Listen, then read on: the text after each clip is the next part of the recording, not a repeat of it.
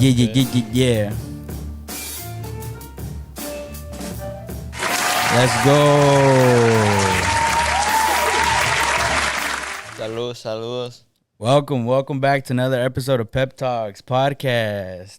Joining me today is El Rey del Agua, señores y señoras, a.k.a. Nephew, a.k.a. Twin, my boy, Austin Mendez. Saludos a toda la banda.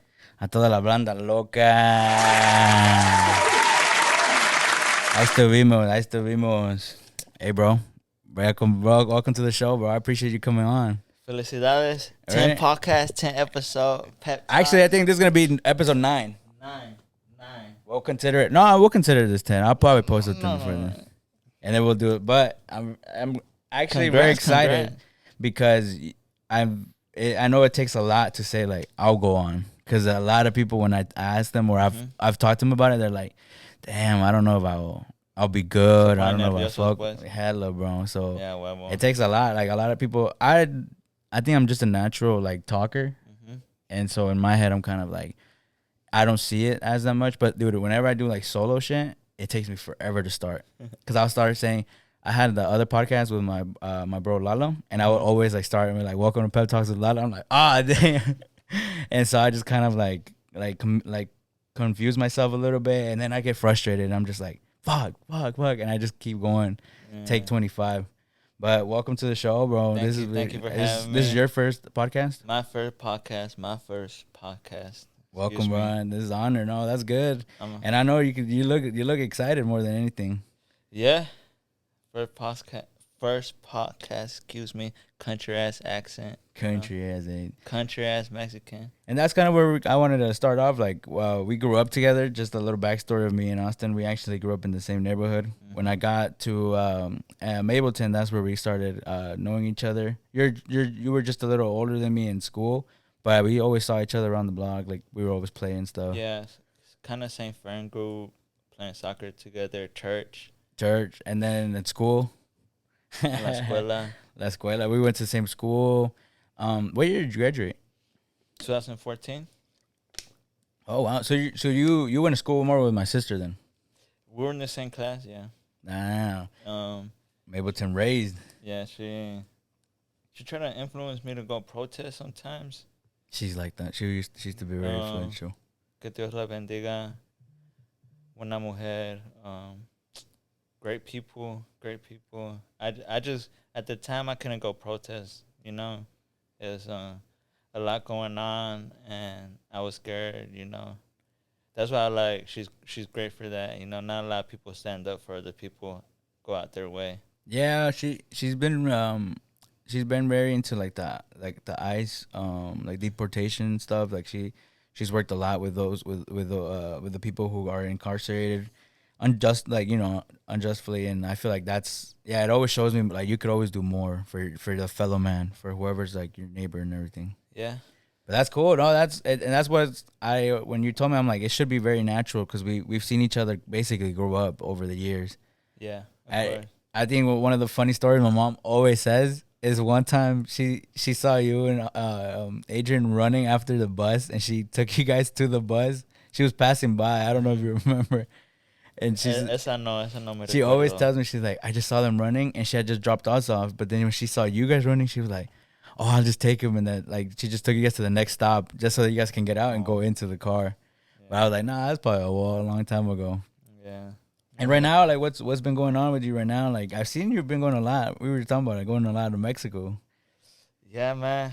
Pues, you know, sangre mexicana. ¿Tú eres de Mexico? Yeah, I was born in Jalisco, Tlaquepaque.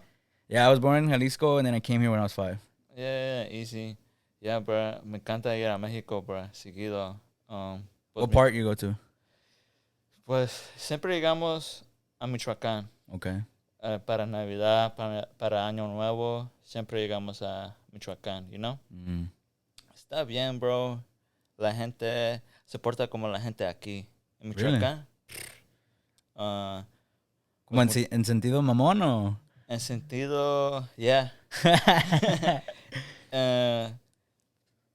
Todos los muchachos se ponen todo negro. Ahorita es lo que está pegando, lo negro. Todo negro, skinny jeans, some fucking Pumas, or Air Force Ones. They got like the modo alucin too, huh? But I don't know En about Michoacán, Michoacán, ahorita yeah? así es ese pedo. La suela roja y todo. Oh, una playera negra, pantalones azules, zapatos negros y fuga. Las Ay, mujeres, vestidos, pretos apretaditos. o faldas Hey, yo. cortas. Así salen, bro. Se visten. Yeah. No tan modesto, yeah. Just a little bit more Yeah. flamboyant. Yeah. Well, I mean, I think that's what it is. And I feel like it's just with the age, too. We're around that age group that they just want to show out. New generation. Yeah, and then it's just like how they... Right now is the summer... What is it? The hot summer girl? Oh, yeah. So that's probably what they...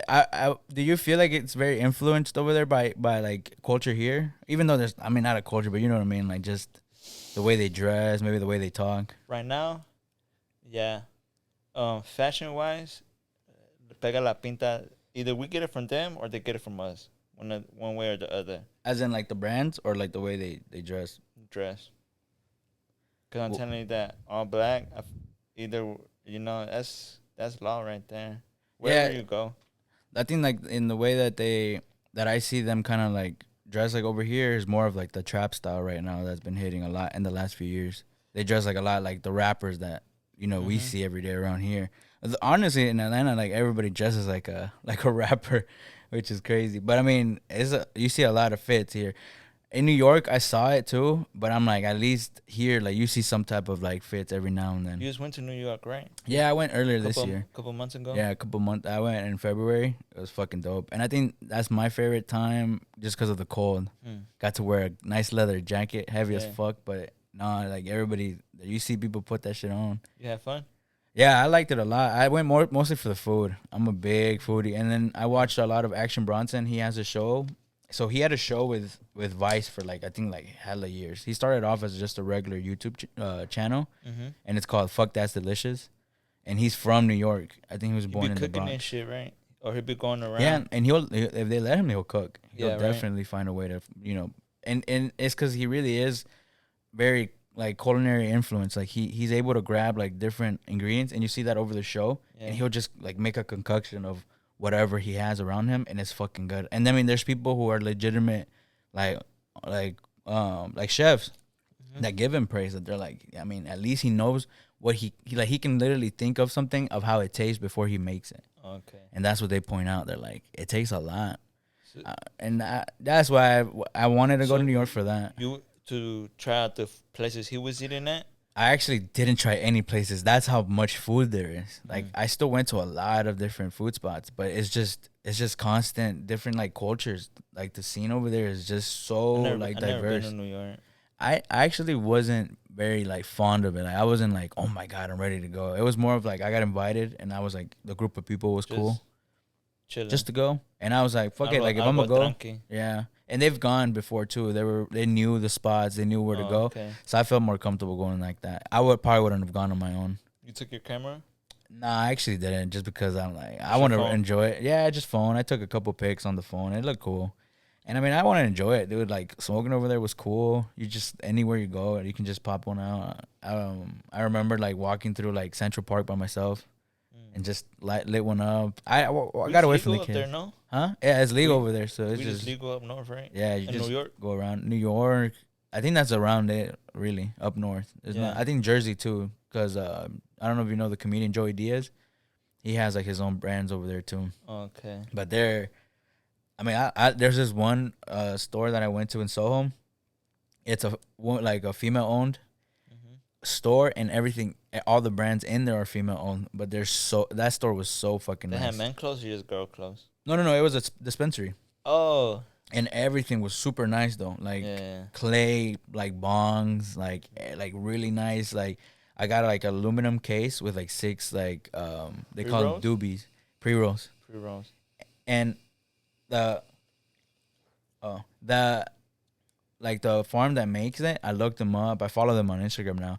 Dude, they literally are right by the harbor, and there's there's one part of their field that the water kind of, like, the breeze will go over the rocks, and you just see it in the video go onto, like, the plants. Like it was really that's where they grow. That's where they grow. Like on the side of I think going close to Jersey. They're in New York though. Like that's their home base. That's cool. And yeah, it was really good stuff. Like decent prices. Decent prices, very decent. I think for like a pack of 6, which they were like close to a gram each, like point 0.8, 0.9, 0.8, something like that.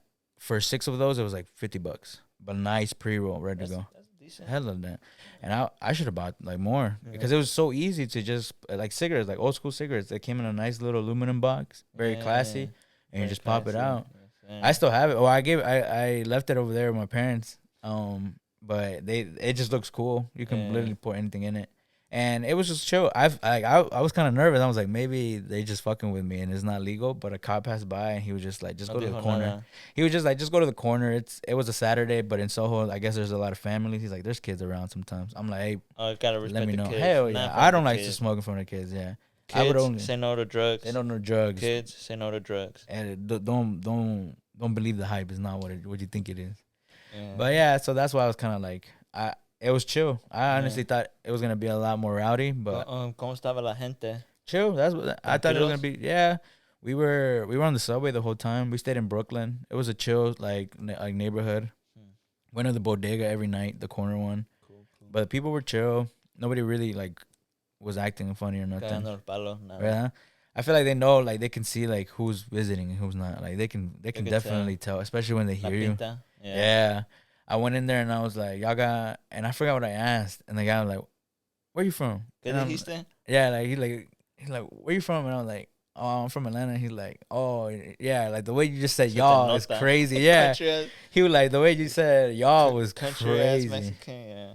And yeah, he was just kind of like very surprised at it, and they can tell. And I thought they were gonna be a little bit more weary of like tourists. But it was very chill. I recommend it. The food alone was fucking. I'm telling you, like I like ate probably like 4 times a day, like good meals, and the walking just makes up for it. Like you're walking constantly. You're on the subway. The subway system alone is a crazy like concept, because we could go to like different parts of the cities like that. Yeah. You're not driving. I didn't drive the whole week. I didn't get in no Uber, and we still went out to the clubs. Like there's still trains running the whole night. Toda la noche. Okay. Obviously, it's less trains running. And let's say like out of 3 that are running during the day, only the middle one will be running at night. Yeah. But I mean, there's not big traffic either, so it was chill. And then you just see a lot of different people. Like not only that, like on like how many there are, ethnicities, even like you could even say like budgets. Like dude, there's like us, and there's like a homeless guy, and I'm not even shitting you, like a lady, like the lady, dude. I'm telling you, like the fucking like the tax, it's pay, all of that is crazy. Like. It was literally us, call us middle class. There's a homeless guy just sitting, and there's a lady in a nice coat and a nice dress. Her husband's in the suit, and I'm like, what the fuck what's going on? But everybody was just minding their own fucking business, and I was like, that's so cool. Like they take the subway too, and it was late on a Saturday, so I'm like, y'all probably had a crazy ass like wine night. And dine. Our charcuterie boards got crazy. They got wild. And that's what kind of like brought me to like just realize like it's just a good city. Like they really are good people. I probably just got too influenced by the media or whatever. Oh, okay. Or the videos I be watching. I watch a lot of you watched Side Talk NYC? The guy he does like 1 minute videos. Yeah. Is he the same guy that carries the little kid with him? But like Kylie Jenner, holla at me. Yeah, he was on there too. That's the one. That's the Side Talk one. I thought I was gonna see him, but I didn't get to see him that day. And that's what I was like. But I kind of do want to see that side of New York too, like the rowdy part, the one where they be doing like hella crazy shit. Right now, like what's been something you haven't traveled lately besides Mexico? Well, we just got back from Colombia. For shit. Un rato. We wanted to try something new. People say go to Europe. Why don't you go to Europe? Porque siempre vamos a México. A la ¿por qué no? You know. ¿Por qué no? Es mi casa. Yeah, you feel me? Got tequila, Mexican things, so buena comida. Very good things. What's your favorite Mexican food? El platillo. Uno que digas, like, aquí no lo puedo agarrar, no no lo encuentro igual. Allá, Yeah, en México. en México. That's tough. Como nosotros en Guadalajara tenemos la torta ahogada. Torta ahogada. Entonces es un bolillo, pero es bien duro. Entonces cuando lo abres, a nosotros lo que yo lo conozco es frijol. Ujú, La carne puede ser, normalmente es carnitas. ujú. O tal vez buche, no sé. Y luego Pucha. le ponen, creo que un curtido o unas cebollas moradas, pero en vinagre. Así, listas para que sepa un poco como limón. Y luego la cierran y la meten en salsa de jitomate. Mm. Just dipped it, like, completely. Luego te la envuelven y te la dan. And you can get it hot sauce too. And that's how you eat it. Y por eso el bolillo está bien duro, para que cuando lo metan en la salsa, no se deshaga tan fácil. Yeah. Man, you gotta try to like take that down like in 10 minutes, but you know, you can't Yeah. we can't even try it here just because of the bread. Nobody makes it like that. Mm. That's like a style that I feel like maybe they had really hard bread one day and somebody was like, I made this salsa and it might work to just kind of Tried it. like suavizar un poco or something. I don't know. That's like a main dish in Jalisco or what? I would say, if they were to say that, I think there's carne en su jugo, which is basically like cocinas la carne and literally en el jugo, ahí le pones como o en el consomé, le pones como una salsa, creo que como de tomatillo, cilantro, algo así, Yeah. y lo hace un poco, la sopa verde, y luego le ponen tocino, frijol de olla, y lo sirves en un plato, y es básicamente carne asada. Fácil. El bistec, fácil. Y pues sí, el menjurje es lo que más importa, lo que lo hace verde. Yeah. Pero eso es lo que ya lleva, pues un poco, como te digo, creo que es tomatillo, algo cilantro, sale verde. Y con tortillas, y ya nomás te haces los tacos. Y el tocino va bien con todo. Yeah. Y hacen, tal vez esos son los dos. Pero mamá, ella es de Puebla, entonces nosotros comemos mucho el mole poblano, el de chocolate. That would be my favorite plate. Really? Mole de chocolate, bro. That If one's it's super good. Sweet, a little spicy. A little spicy. En medio, bro. My mom is really good at having the sweet and the spicy. Yeah. Like, she makes it very, very like balanced. I tried it en muchas hogares, pues, or hey, ven, cállate. I like both. But my mom does make some good ass. One day she hit us with that one, the sweet one. I'm like, yo, this shit. Keep making this. I'm like, She's made the green one. You ever tried la pipián? I haven't tried the green one, just the dark one. Yeah. My mom makes it a lot too. That one's Los my dos? favorite. Los dos. Yeah. That shit good? Hell yeah, bro. She makes it, and sometimes she gets this lady makes the actual like solid paste, and then that's when you kind of with the chicken broth, you can dilute it and you make it into the salsa. But that lady goes hard on it, bro. Like that shit is super good, but it's just a bunch of ingredients, dude. It's a fuck ton of ingredients. You know how they have a hot dog eating contest? Somebody need to crank up that mole. How would you measure it though? Whoever got the best platillos? one. Oh, you want to do like an eating contest, like Or what? trying the different moles. Yeah, like you said, the verde, spicy, normal, chocolate. But there's flavors. Hello, I know there's no sé si le dicen mole rojo, but there's one that's like white, that's red too. Yeah. I was just watching a show that's over there on YouTube. This guy named Adrian Marcelo, he does radar and he goes throughout. He's from Monterrey. And he was in Puebla, and they show like there's a lot of places that cook traditional comida poblana that will do el trio, basically like los diferentes moles, and they'll just put like rice in the middle.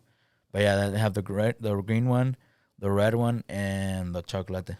Yeah, that shit sounds bomb as fuck. No, ya se lo comemos nosotros con bolillo, pero como baguettes, like French baguettes. I don't know why. It just tastes better when you toast them. My mom loves toasted bread. Yeah. And that's how I normally eat them. But yeah, that's kind of like the ones that I would choose too, honestly. El mole, los tacos.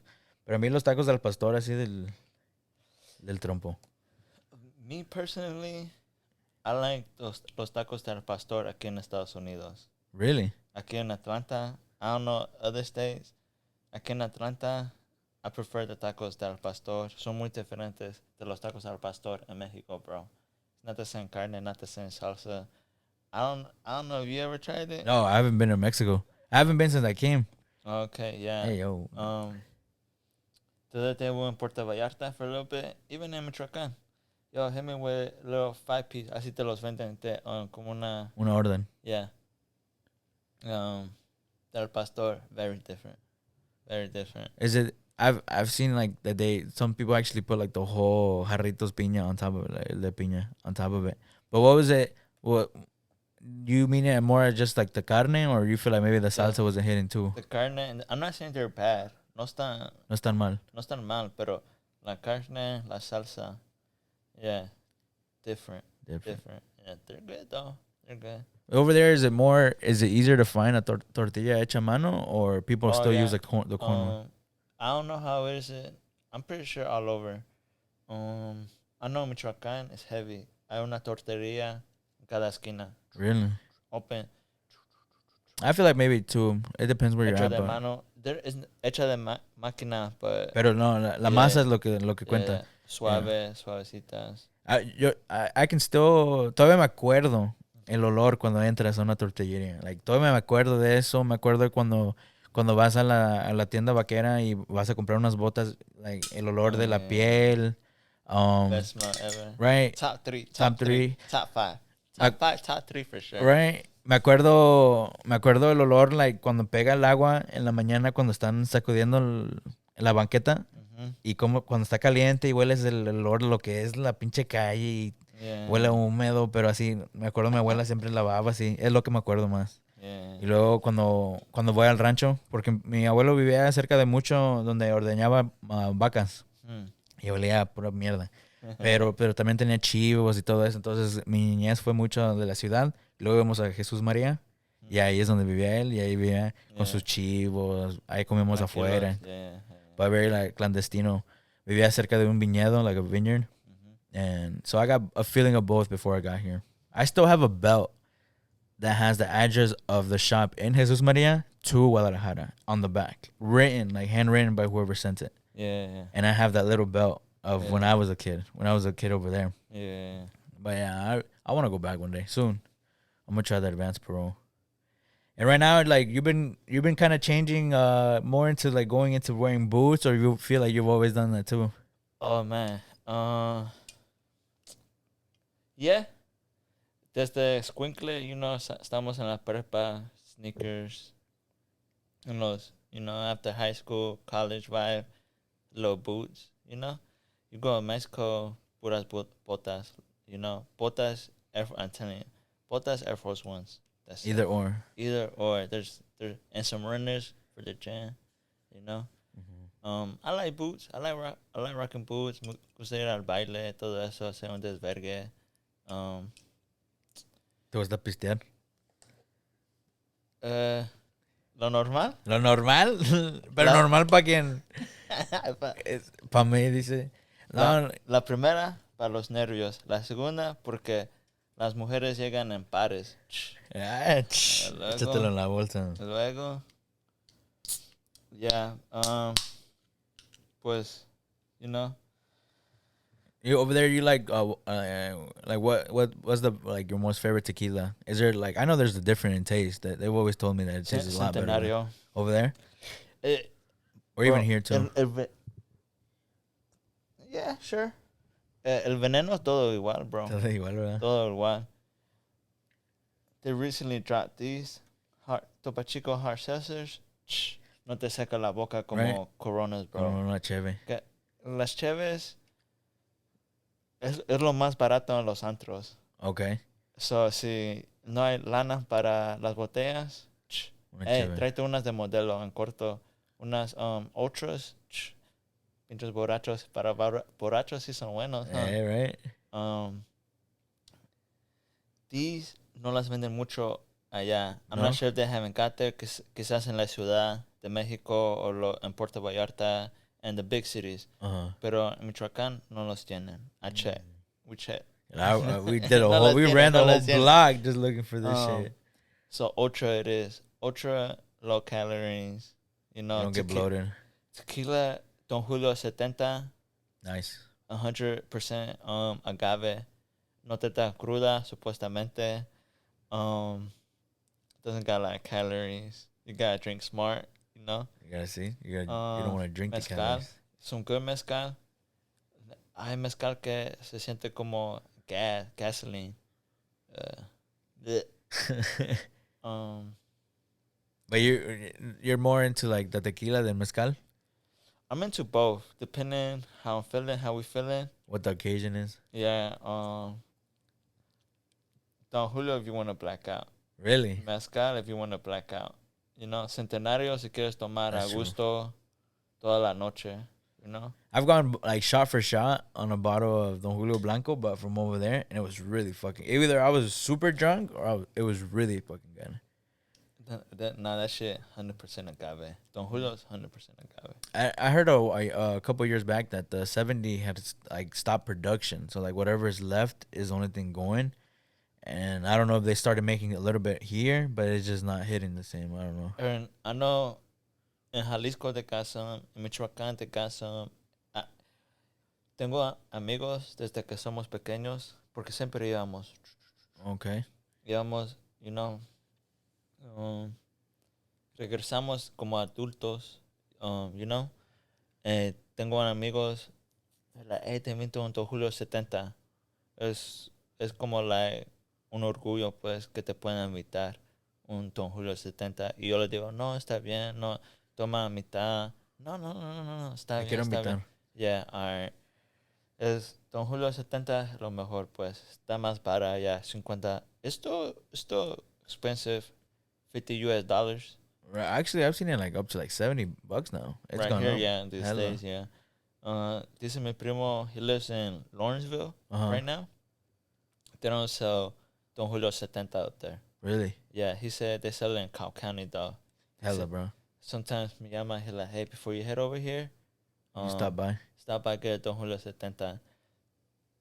You got motherfuckers be hating with the Don Julio 70. They don't like sharing that. Nah, that one's good. Especially, I have some friends that they drink it fucking frozen, bro. Like it's been sitting in the front. Muerta la verga. Yeah, I guess, and they drink it like water, dude. It doesn't hit. Like they're like it's just smooth, nice and cool. Lo más suave, yeah. Yeah. Lo más suave. Yeah, that's why I'm like, damn. It looks like a nice ice cube too, the bottle, because it's all like sweaty and stuff. ¿Y tú no, ya no tomas o a vez en cuando nada más en los bailes? No, ahorita llevo, what are we, in August? Un año, 8 meses. Yeah. Damn. I'm about to hit 2 years in December. Damn. Yeah, bro. It was a long time coming. Yeah. I had started drinking really young, and I guess towards the end I realized I didn't have the best relationship with it. Mm-hmm. And it's not that it affected me, but I wanted to go through a change, and I feel like what's the first thing that I can control, that I can physically say I'm done. And towards then, I didn't really even like it. I became more of a social drinker. Never was fond of drinking at home by myself. I never really did it. No. I'm only drinking because I'm with you. Yeah, like I would do that. Yeah, like yeah. it would be a lot more like just to like the ambiance, like just to like kind of like fit in. ¿Tú crees que dicen si tus papás no toman mucho, tú no vas a tomar mucho? Porque tú nunca llegas a la casa, you know. Nunca los vistes borrachos caídos. Yeah, No. pasando de verga, you know. Yeah. It wasn't until we were older that they got comfortable drinking like that, like drinking heavy. Yeah. But yeah, and growing up, no. Mi papá tal vez en la mano lo puedo contar las veces que lo vi pedo. Yeah, okay, yeah. Entonces no fue como que todo el fin de semana. No. Él siempre fue de like chambear y íbamos mucho a la iglesia. Las bendiciones. Sí, pues. no, y es que cuando like, nos tuvieron un poco más grandes, ya como los 30. Entonces, como disfrutaron. Dicen, ya disfrutamos. Ya cuando tenemos los plebes, pues, ¿sabes qué? Un rato, no, pero ahorita se van a los bailes. Mi mamá le encantan los bailes, güey. Ya cuando mi carnal salió el último a los 18, ya después de ahí ya dijo que ya se pueden cuidar un poco solos. Y sí, pues no íbamos mucho a la casa ya. Que fulano va para acá, ya para allá. Entonces, pues dicen, pues la vida sigue y le empezó a dar a los bailes. Oh, yeah. No, les gusta agarrar su VIP. No, se echan sus lujos ya. VIP no, la otra vez, luego hasta me llaman y dicen, ¿nos puedes recoger o me mandas Uber? Y le digo, no, pues te mando Uber. Uno de los dos, porque estamos pedos. Or my dad would be like, just take us and I'll get an Uber back. Oh, yeah. But they'll have their fun, and I think that's cool. I'm glad. I'm like, you guys worked your ass off. We're out of your hair, and right now right now is their first time, and like since they basically before they had us that they're alone. Yeah. So we're all moved out. And it's cool seeing that part of their lives right now. They're just getting used to being alone. They got 2 dogs. One of them is fucking crazy. The other one, she's older. Que Dios los bendiga. Yeah. Our parents, because you're first generation Mexican American. Yeah. You and your siblings, right? Well, we were all born in Mexico, so we're still Mexican. But yeah, American, like just raised here. Yeah, definitely. It's more. I think if you in the United States, if you live in certain other states, you become a resident.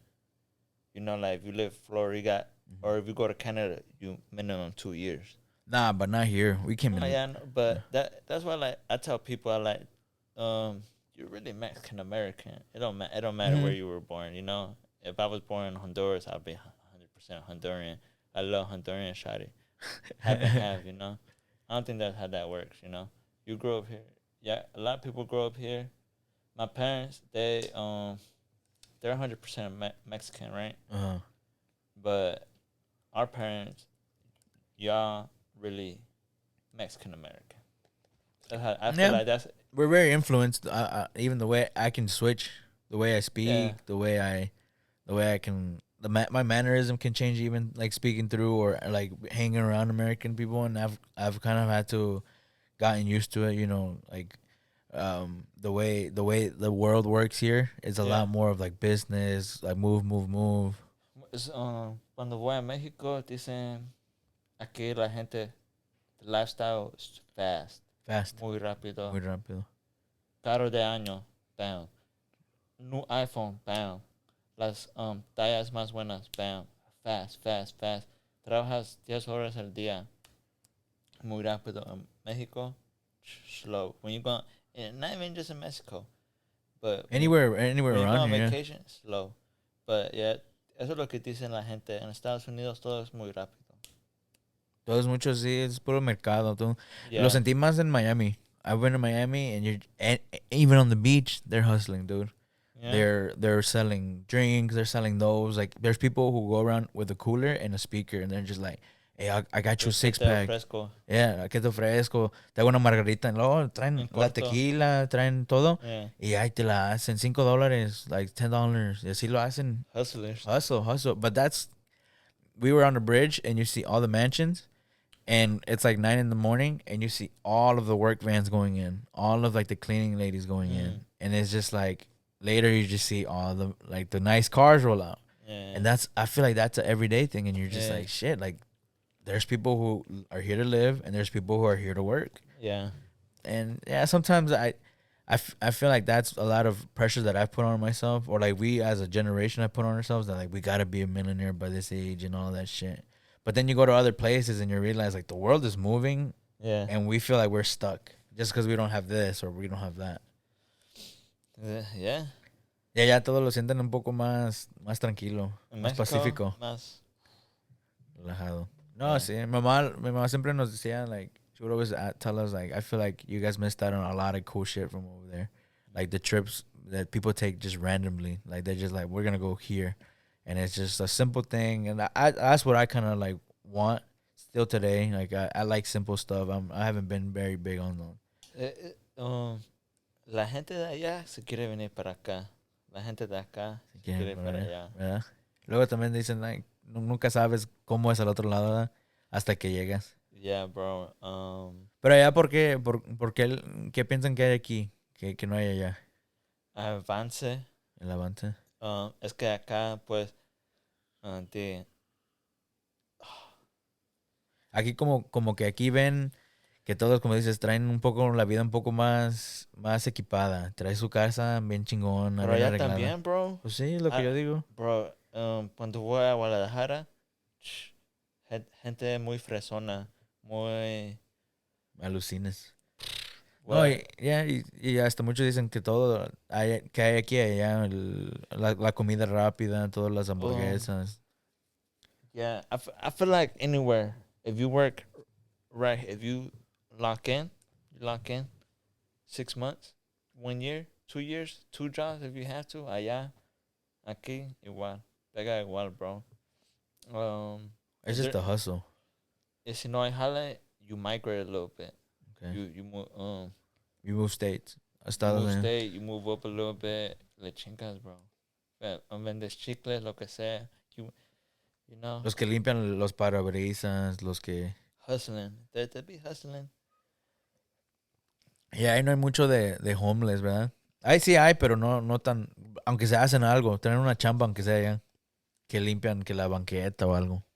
Yeah. Right? It's not like here, like they're just begging. Over there, like people at least are trying to do something.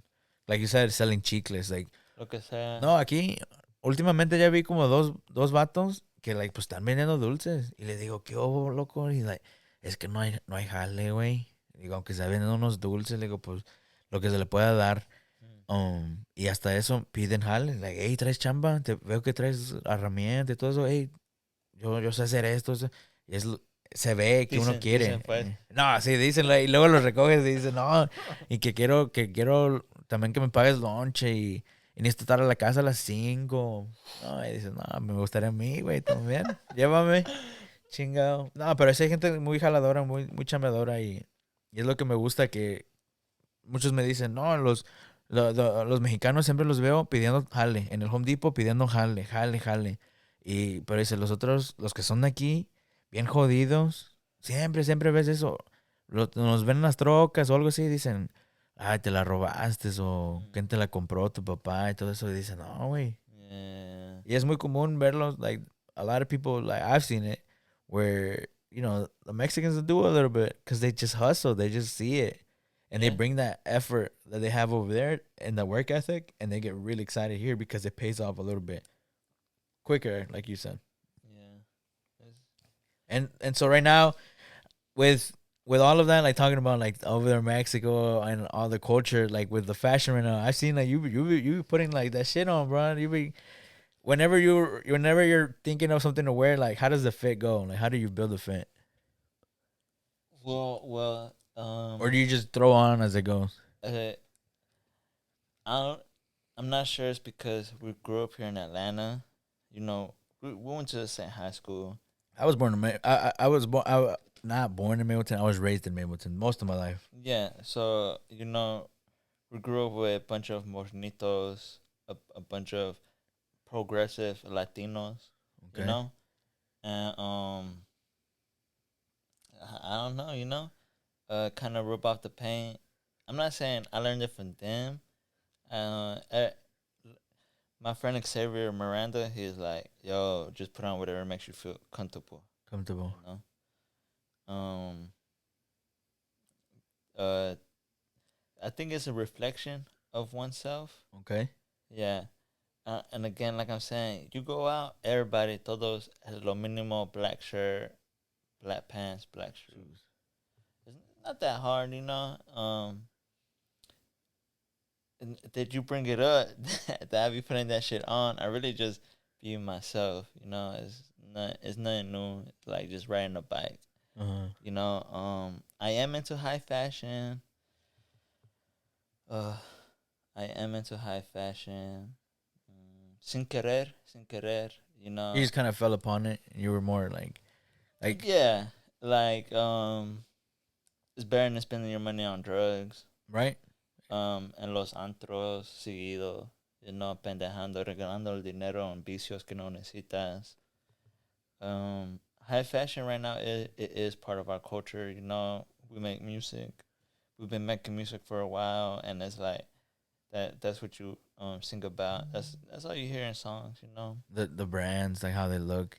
And yeah, and I like how you said that, like it's a reflection of who you are. And Yeah. I've heard somebody say like there's this guy, he's very old school. I follow him through another guy that he's a director. They're like those old school Italians, and he's always wears a suit. Always wears a suit. And they ask him why, and he's like, there's no second chance on making a first impression. So that makes a lot of sense too, like how you say, like the way you present yourself. Yeah. You know, and it's okay. You know, I advise people not getting vicios que no necesitan. You know, And invest into how you look. yeah, it's not expensive, bro. People think it's expensive. It's not expensive. It's however you feel at the end of the day. Um, Again, and this is how it is in the United States. You go to Mexico, they don't give a fuck about that shit. as long as no te miras mandajón, they fuck with you. You know, people don't care about name brands down south. And there's and rich people, they don't really care about name brands either. As long as you're comfortable, you're yourself. You're a good person. Yeah, that's how you treat people in the end of the day. I wish it was more like that sometimes here. Yeah. I feel like here is just it's very instilled in us that like The United States or in Atlanta? I feel like even more like you could say Atlanta just because of like it's the trap scene. Everybody's trying to make it. Everybody's trying to hustle. I feel like here is very fast on like I want to be an entrepreneur. I wanna make music, or everybody wants to be a creative. Everybody wants to be right here in Atlanta, right? Right here. Everybody wants to be brand new. I go to a lot of these like when I take pictures for my friend and he has a clothing brand, and you just see a bunch of like rappers that come in, and everybody looks like like they're doing their own thing, but everybody's like in the same scene, and it is very saturated, but I feel like that's what keeps you competitive, because you just constantly see whoever's like near you. You think that's what, like, people wake up and be like, damn, okay, I need to work hard because motherfuckers is working harder as than fuck. me. Yep. It's competition. Who's doing the most? Who's rolling out with a new business? Who's rolling out with a new investment? Everybody posts it. Post like, I'm doing this, I'm doing that. And in my opinion, I like it because as an entrepreneur, I feel like it keeps you motivated.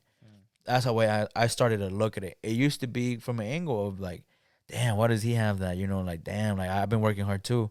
But then you kind of look at it and be like, I can do it too. It's just a matter of me following through. And I like that it's more of, I've gotten more with a lot of friends that have their own businesses where it's not a competition. It's more of like, hey bro, like I'm stuck with this problem. Like what do you normally do? And they don't have the caution of being like, no, he's trying to steal my ideas. No, they'll be like, look, bro, I would do it like this. I handle it like this. Yeah. Because everybody knows there's enough to go around here. Yeah. Everybody respects the areas. Everybody knows where they got to be at. But then there's people who don't want to drive, so they want to stay just that close to Atlanta. Where like us, like right now we're in Gainesville. Last week we were in Dawsonville. Damn. So it's just driving. Like whoever wants it the most, you'll find it. You think you get a lot of support right here in Atlanta? As in as like creative?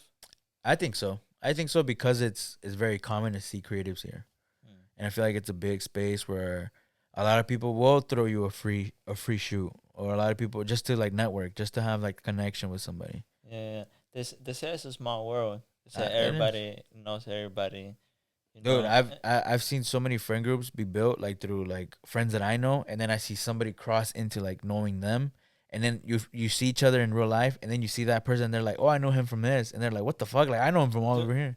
And I noticed you've been at it recently. Scaling. Just networking scaling. Wherever I can meet. Yeah, scaling. I was like, yo, I seen your first video with the couch. Yeah, is this one? And then I showed my brother. I'm like, yo, look, shit, fine. Mableton. No, that one was cool. It was for a short film contest, and the guy's based. How'd you do? I didn't get it, but it was a lot of people. Fun, though? It was super fun, and I did it with my brother. We literally just ran around all Mableton with this couch, and then it was just the camera, the tripod, and I did the voiceover right here. Yeah. Just with whatever I had. I'm not that good of editing. I haven't gotten like too much into it, but it was very interesting to see what I could think of. It was supposed to be short. It was supposed to be at your hometown. Everybody got into like talking about, oh, I used to do this. I grew up doing this, and I just wanted to show it. And a lot of people grabbed to it that are from Ableton. It's so small, yet there's details to it. Yeah, you said there's a lot of creatives, but not a lot of creative Latinos in Atlanta. Yeah. So but the ones that are creative are doing their own stuff. Yeah, would you call it your own stuff? Yeah, music, fashion, photos. Like I said, that's entrepreneur. That's a business. It is a business. Yeah, it's a business. I always tell people though, like if it's something like that, I try to do it without charging. Because the more you do it without getting paid, it just shows you how much you really, really enjoy it. And then, so once you do get to the point where you're making money, you're like, bro, like I could have been doing this if I just like got into it and did it. When you can do it for free, later on the money will come, especially as a creative. I've seen that. You've seen that with a lot of people who got big. Like they just kept their head down and just grinded on it, and then Yeah. it just comes out. Like with this podcast stuff, I hear people like Joe I, Rogan, oh yeah, Joe Rogan. Nice. Theo Vaughn. Those are the good like guys that do. But these guys have had their podcast for like 8 years. Joe Rogan, they asked him, they're like, when's the first time you really felt like the impact? And he's like, dude, I probably like year 5. Damn. Imagine like it's almost 50. It's 50 weeks in a year. Mm-hmm. And imagine he's on episode like 400 or something like that. Way farther than that. Way farther than 400. Well, I told my friends when we started making music, I was like, I don't think we'll ever do interviews. Like, but since we grew up together and we're Latinos, I know you wouldn't ask no outlandish ass questions. Fuck no, man. Because I feel like sometimes some podcasts or interviews, they could be a little awkward, a little. I know you've seen interviews and podcasts where like it gets heated. It gets son mamones, you know, Yeah. se pasan de verga, son mamones. And well, you know, cause I'm not sure if you've seen Drink Champs. Kanye West hopped on an interview and they were like, if they didn't want to kill me now, they'll kill me now. If they didn't want to kill me before, they definitely want to kill me now after this interview. I never really seen interviews or podcasts go in favor for the person getting interviewed. You know? Yes and no. Yes and no. You know? There's not a lot of Latino podcasts. I noticed that, yep. There's not I follow like 1 or 2 people in California and Texas. I think the guys that who do you follow like from over there, from California? I know there's this one. There's I know the guys who are doing like a big Latino thing in the gym world are the guys that work with Bradley Martin at Raw. At the Raw Talk. I like watching their shorts. I don't never watch the whole avenue. But you know what I'm talking about? Los Toxicos. What is it called? Yeah. Swole Kid. Yeah, the Felipe. Yeah, they're really big on that. I watched Bobby, the Good Podcast. Oh, Bobby Alton? With the white girl. She said she's Mexican.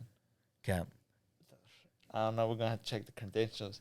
Yeah. She said she's Mexican. Let me see that. The fucking thing right there. She said her grandmama. Yeah, everybody's grandmama, huh? Yeah. You know, my ass. Fucking my pale grandma as fuck. 100, you know? She said, I think she said something like that, yeah. And there's some kids in California. Brown bag. Oh, yeah. Duno. Duno's Yeah. on there, yeah. And But that girl. again, I only watch their shorts.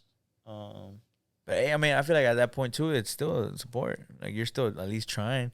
Yeah. And it's content that you're consuming, and that's what they want to put out. Yeah. And I think right now, like, it's more of like I had talked to you about before, and I want to get into that about the music. It's people are starting to see the Mexican. They're starting to hear the Mexican voice. They're starting to like kind of United like States. In the United States, especially. Corridos are going big right now, like even into like pop culture, where like they're bringing in English artists to be on corridos, reggaetoneros to be on corridos, where you're not getting like a lot of like reggaeton having corrido stars in them. Peso Pluma's probably like the only one that's really crossing over, maybe Nata, but it's nothing like how people are crossing into corridos. Like they see the money's there. Yeah. You see Chino Pacas signing under OVO. I'm not Chino Pacas. And that's an American label signing a Mexican kid that only sings and speaks Spanish. Yeah. And they see the money, they see where it's going. And right now, basically, what you were talking about you in the music, like what are you doing in the music industry right now? Well, went for Toma Todo Records. Salud. Toma Todo Records. Business, LLC, everything. I don't know how it started. One day we're just like, put me in the stew. Okay. That's all we wanted to do. That's all we would do. Just go in there and make some heat. Friday, Saturday, Sunday. It didn't matter. We ain't do shit. you don't always do something, or you punch in, punch back. Start rapping in English again. Like I'm saying, I was a rapper. I'm a retired rapper. Es como si miras tus amigos, whatever they're doing, you want to God do it damn. too. Yeah, whatever you want to do, you want to do. Whatever they're doing, you want to do too. But that's how I mentioned I manage one of the hottest record labels on this side of the United States. There's a lot of competition right now. Hello. Um, And with starting that, you went directly into like a business idea, or it started more of like, let's build it as a. First, we started on SoundCloud like everybody else. Okay. Around the same time, Lil Yachty, he we ended up at some parties together. Um, we we started rapping just cause it was fun, something to do, something to kill time. And then we gradually, and to my surprise, not a lot of people know we're in the music business. Not a lot of people listen to you. That's why I was asking you, how do you feel about as a Latino creative in Atlanta? Do you get the support? Um, and we kind of had to learn how to do everything ourselves, record ourselves, make videos ourselves, everything from scratch. Um, we were just having fun, kids having fun. We started releasing music videos about 2 years ago, 3 years ago. Um, they're okay. They did okay on Twitter. We were doing numbers on Twitter. We were doing like 10K plus. Nice. YouTube, we were happy about the 1K. Uh-huh. The first music video. Hell yeah, dude. A 1K. I think it to me about the support. I feel it. Most of my friends are Latino. Maybe that's why. Right now working with the guys over at Ricardo Manuel, I started seeing shout out RYE, man, boys. I started realizing there is a lot of Latino creatives. It's just that we stick to just Latino creatives in between each other. Like, it's just, let's do a land fest, and it's getting a lot more attention now. But I feel like they're trying their hardest really to just make it a name and be like, dude, we're fucking here. Right now they're gonna perform over at Oya Fest, which is a pure Latin festival, and they're having it at Fourth Ward. So it's like you're starting to see these cool locations in Atlanta being used by a Latin community that's just trying to put out everybody's voice. Yeah. And last year you started. I've been going to Oya Fest since probably like 2019. And it started underground, like in the hallway, like not even at the Masquerade or at Purgatory. It was literally in that like corridor, but now you start seeing more different other cultures really coming to enjoy the music. They don't even understand it, but they can dance. They're like, we can drink, we can dance, and they have good food. Yeah, that's a good festival right there. Just good vibes. Good vibes. It's all local or like up and coming artists, and they have lineups. They have like certain times. There's a lot of different. There's an art hall. Last year there was an art hall, so there was artists that were displaying their show. They're showcasing their art. There was like a poetry slam like for Mexican like poets that would come. They were speaking in Spanish, English, Spanglish. Le entienden a todo, and like it feels cool being represented. Like it's a whole fucking festival. It's in a really it's in the heart of Atlanta, where you really just see it being overtaken by the rap industry, which is it's starting to become like the rap hub of the fucking country of the world. I saw some Puerto Ricans or Dominicans talking about everybody's looking for that trap sound from Atlanta. I'm not saying we're into trap music. We started off in trap music, but we kind of grew up. Kind of like graduated more into like the Latin side. Corridos, pop music. One of our artists, he still raps in English. He'd be saying some ignorant ass shit, really good rapper.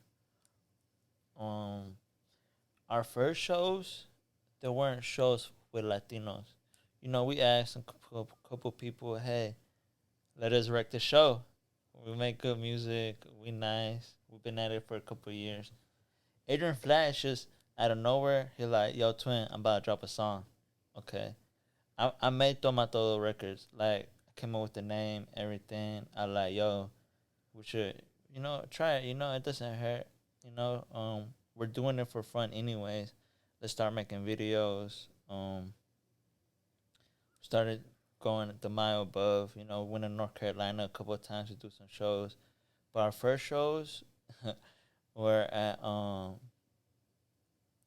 in Atlanta.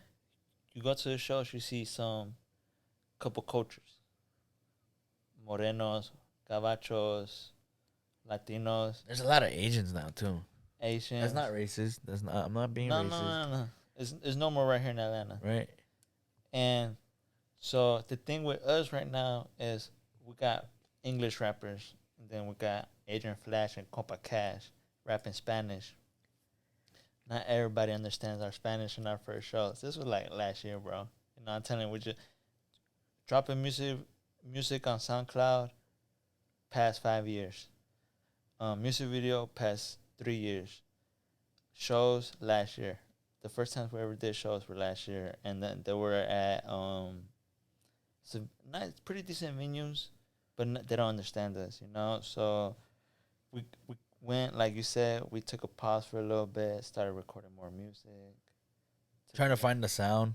Yeah, find a producer, somebody that could record us that understands what we're saying, because not everybody understands what we're saying. Because we learned how to record ourselves. Music video, studio. We had to teach our producers how to record us. It's not like how like your friends record banda. They all Like they'll stack. Yeah, they'll stack their instruments like on like they'll listen to the first line. Can I use the restroom real quick? Yeah, we can do. And we're back. No, dude. Right now with the shows, have you been on stage? Like, you like being on stage? I love being on stage. It's a little. I've been on there like with when I'm taking pictures, and even then I get a little nervous. I don't know why. Siempre, bro. Siempre te pasa. Mis respetos a Compa Cash, Oxycontin, Adrian Flash. Esos vatos. I'll be like, put on some glasses. Here goes some glasses, Eso es lo que hago yo, Like, hey, man, you got to go on there. You got to wreck that's literally what we say. We about to go wreck the stage. And then we go to Espacio. El Antro. Discote. Yeah, Espacio. So that's our go-to. Pre-game, because we're nervous as fuck. Go wreck the stage. Let's go wreck the stage. And everybody be quiet for some reason. Like, you've been to concerts, everybody be like, yeah. La gente se queda callada, bro. Not necessarily like callada, but they're like just looking like, what the fuck he just say? And then it's like you said, sometimes it's just, but I feel like as long as what I like about it is that if you guys fuck with it and you keep doing it, it means that you fuck with it. It means that you're doing this because I want to do it. And that's the free market that is Atlanta. That you have the opportunity. That's why I like it. That people come over here, I feel like, to do stuff with their music. Jack Harlow's not even from here, but he basically came out of Atlanta. He lived here. He lived on the West End. Yeah. Like, that's how he made what's popping here. Yeah. He went to Georgia State, but he started rapping here. You get J. Cole, like he has a JID he's from the East Side, from East Point. Oh yeah. And so and he comes a lot over here, So I feel like that's the cool part about here is like, okay, maybe that's not your stage, and that's why maybe it's not always like looking for the Latino vote, because honestly sometimes you've heard that saying like, el mexicano es el peor enemigo para otro mexicano. Like, we're always thinking that like we have to, especially here. That's what the competition does. Here in Atlanta, over there. Or here in Atlanta, I feel like here in Atlanta, you think so? You do feel that like they're not, especially the older generation. They won't put you on game. They just won't. They see it as like, I worked for this. But with the creative side, I feel like everybody's a little open minded here, a little bit more. But like, yo, hit you like, yo, let's work, let's do something.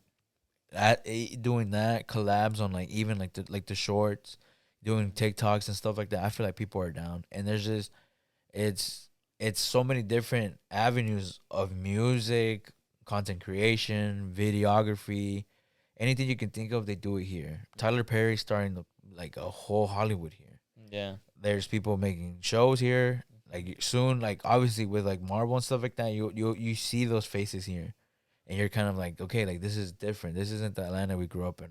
Fucking traffic reflects that like a motherfucker. But that's why I feel like we're in the middle of like that transition of where everybody forgets about LA and it's the South. Like fucking Andre 3000 said back in the day, like the South has something to fucking say. New York feels it through the music. Def Jam probably isn't as big as QC right now. QC has all the fucking little big rap names. And yeah, so that's why I'm more of a there's a lot of opportunity here. Like if you wanted to do something here in the South, even people in Florida, like probably they make their own way, but it's not even close to this. You don't see nothing happening really in Louisiana. Texas is huge. That's a big South. They create like the fucking like Mexican OTs from over there. I like Mexican OT. What's that other guy? X the plug. He's fucking dope. Like they have, but even just being big in Texas, you made it. Yeah, Paul Wall, enough. Like you don't really like. If you're big in Texas, you're big in California. Dumb right?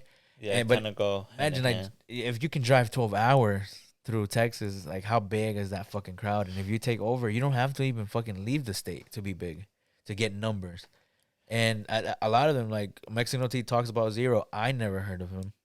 And yeah, you look and he's a legend. And it's just really in Texas that people know him, but that's still a fuck ton of people. I heard HP Records, Herencia de Patrones. They're like, I'm good where I'm at. They're like, I don't care if we get bigger than this or not. The goal is to always get bigger, me imagino. But they did mention, I like this. I like where I'm at. People know me sometimes. They don't overflood me, overcrowd me. You know, you don't got to worry about your back, like looking over your shoulder. Like the El Barrio te respalda. Yeah, type shit. And now that you bring it up, I do feel that because I think one of like the biggest cities for RYE is LA. That's like the biggest listening city. Like I think Atlanta probably was like 13. Like for a lot of the songs that we that we've been dropping lately.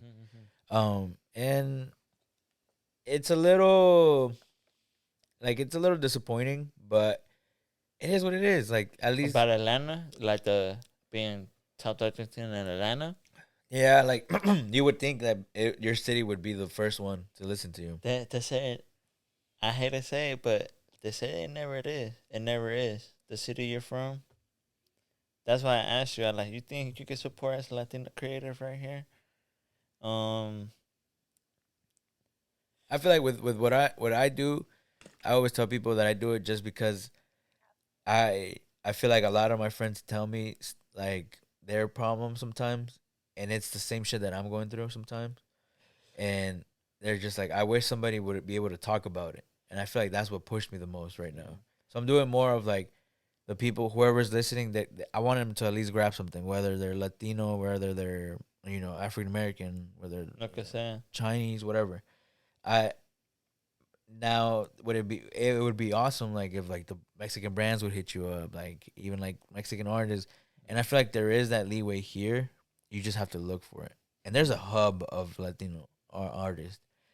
They just kind of like stick to being the Latino culture, that little area, and I feel like sooner or later it's gonna expand. There's a lot of artists, as in not only like musicians, but there's a lot of artists, as in muralists, that are making a lot of nice pieces here in Atlanta. Artists who are selling pieces for a good rate. Greg Mike has like a drinking doodle, and it's literally just local and artists from other states that come and will just in their own style make an art piece. You just get to watch them make this. Everybody's walking around drinking, talking, socializing. These guys are in their own world. Yeah. And I've seen a lot of Latinos there making their own style. They bring in that like Mexican culture into their art. I feel like Latino right here in Atlanta, you need backbone. You need a couple people around you with a backbone. Cause again, if you look at the demographic here in Atlanta, we're the minorities here. You know? You think so? I know so. Yeah. That's why we got a lot of colleges here in this area, like Clark University and those type of colleges. HBCUs. Mm-hmm. And California, Texas, there's lo mismo, pero para Latinos. So I feel like right here, all eyes on us. And there's something we talked about with me and the guys, you know, like, hey, yo, like, how come our shit don't got 1 million views, you know? The shit nice, you know? Well, if you, as an artist, your end goal is to have everybody love you, but not everybody's gonna love you. No. And so at the end of the day, you just wanna, you love what you put out. You're gonna love it as an artist, you know, as a creative. That's what you want the world to see you, to see your art, to enjoy it. And then the day we're just having fun, you know. And I feel like that's in Atlanta right now. As a Latino, te faltan huevos. You need a lot of balls, a lot of balls and backbone. And after a while, it's more like, oh, okay, it's just expected of you. Episode 9. They want to see you through episode 10, 11, 12. You know? And that's what we're dealing right now at Toma Todo Records. Staying consistent. Si sale, pues se armó. And si no, we'll be happy. We're happy either way. You know? That's why a lot of people are like, again, like the big, it's the consistency, like you said, that, well, you gotta have something that people can fall in love with. You don't want to be that one-hit banger. You know, you don't want to be the guy that can only do one style. Mm-hmm. And people do expect it. They want you to keep making, but they're not gonna really fall in love with it until one day a shit hits, and then they're like, I've been listening to them since the beginning. That's when it'll happen. That's how it always goes, huh? But it's natural, and I feel like that's a big part of being a creative, is being like unrecognized at the beginning, like not knowing what it is that you do sometimes, because you can change it in the first. I bet you, like you said, you guys started doing English, now you hopped right into another whole different language. That's a whole demographic that you changed.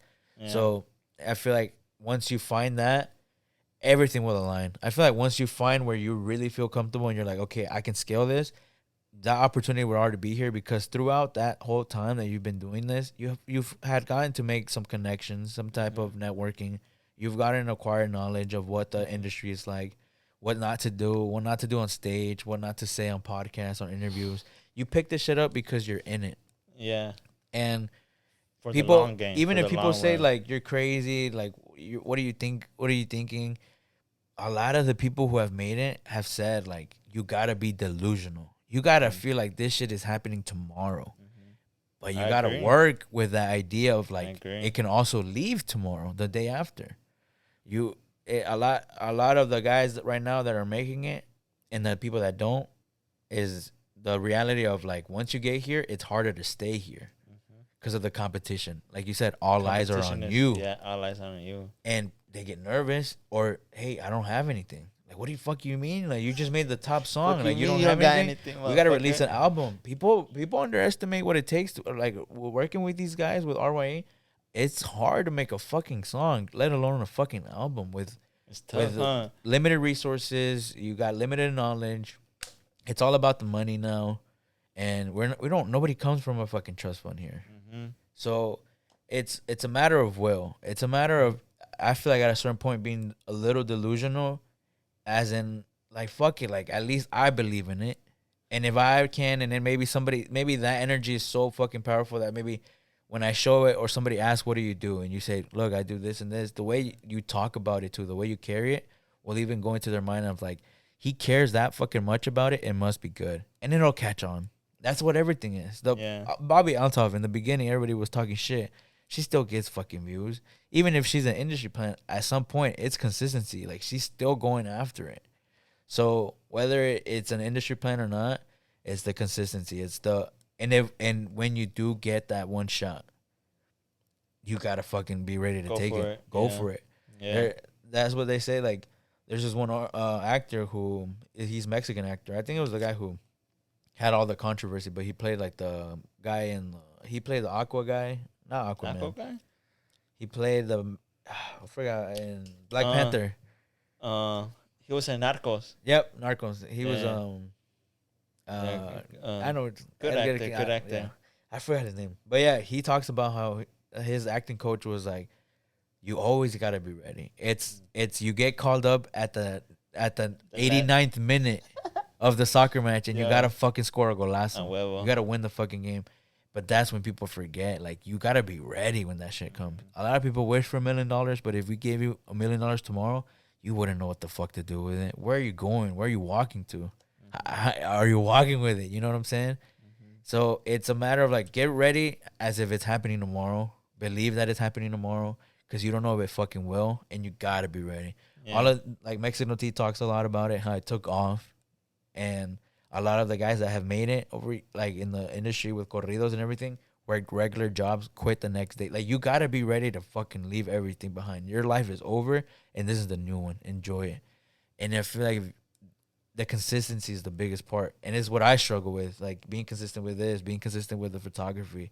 I want to make it into something, but if I'm not willing to do it, how is it gonna become a reality? Yeah, I agree. So it's cool, bro. If they don't fucking get it, they will. And when they do, you're gonna be like, I fucking told you on. Like, I just have to fucking listen. And I feel like that's the biggest reward. I don't give a fuck if nobody likes it. People always tell me like, what do you want us to do? I don't really know. If I don't ever make anything of it, I like talking. You're having fun. Yeah, I'm having fun. This is relaxing. We get to share. I get to share somebody's story. I get to show people, be like, look at this. Like, this fucking guy is cool, man. Yeah. And I don't care, like, if they don't like it. Like, one episode they might like. Yeah. And then they'll catch on. Yeah. And that's how it is. Yeah. So, whether they like it or not, I feel like you guys are doing something cool. It's you and the guys. I feel like that's the best part, to belong to something fucking raw and just bigger than one. Bigger than one. Well, a lot of people miss that. I'm telling you, bro, people don't know. Sometimes they don't have friends. They don't know what friends are. They don't know what having a brother that's not blood. And so I say, keep going, bro. Keep that. And I know you guys will. I hope to have your brother on soon, too. And I know, like, he's going through a different time in his life, huh? Like, starting all of this. Well, like I mentioned before, este güey de repente, because we were rapping for a long time, since we were in high school rapping. We're over a decade in rapping, Technology transitioned a lot, so we had to learn with it and transition as well and grow with it. De repente, Adrian Flash, like, y'all got a song for y'all. That shit was actually good. We were looking at him like, you're like, where the fuck did you keep this? Yeah, you've been hiding this shit. So you like this shit? You makes him at night. No, and I feel like that goes whether it's in Atlanta or not. Just to do music, it takes balls to come and listen to what the fuck is in my head. Let me let you into what I'm thinking. That's fucking hard. Like you said, you asked me how do I feel on stage. I'd be nervous and I don't even be rapping. I'd be on that bitch like hype man. Yo, que lo que. Yeah, you'd be good crazy in New York right there. We got invited to New York once or twice. We couldn't make it out there. The guy here, like, the crowds out here are more intense. That you would like it and they would like your music. Some people told us before that your music is a little intense. It's a little vulgar. Could be. Adrian Flash makes it a little bit more pop. We make some pop music, urban music, but then some of the guys they could make a little vulgar music.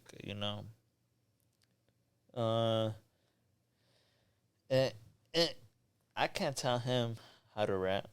It's just what comes to mind. Like, I can't tell you, hey Pep, don't speak about that. It's whatever you want to speak about.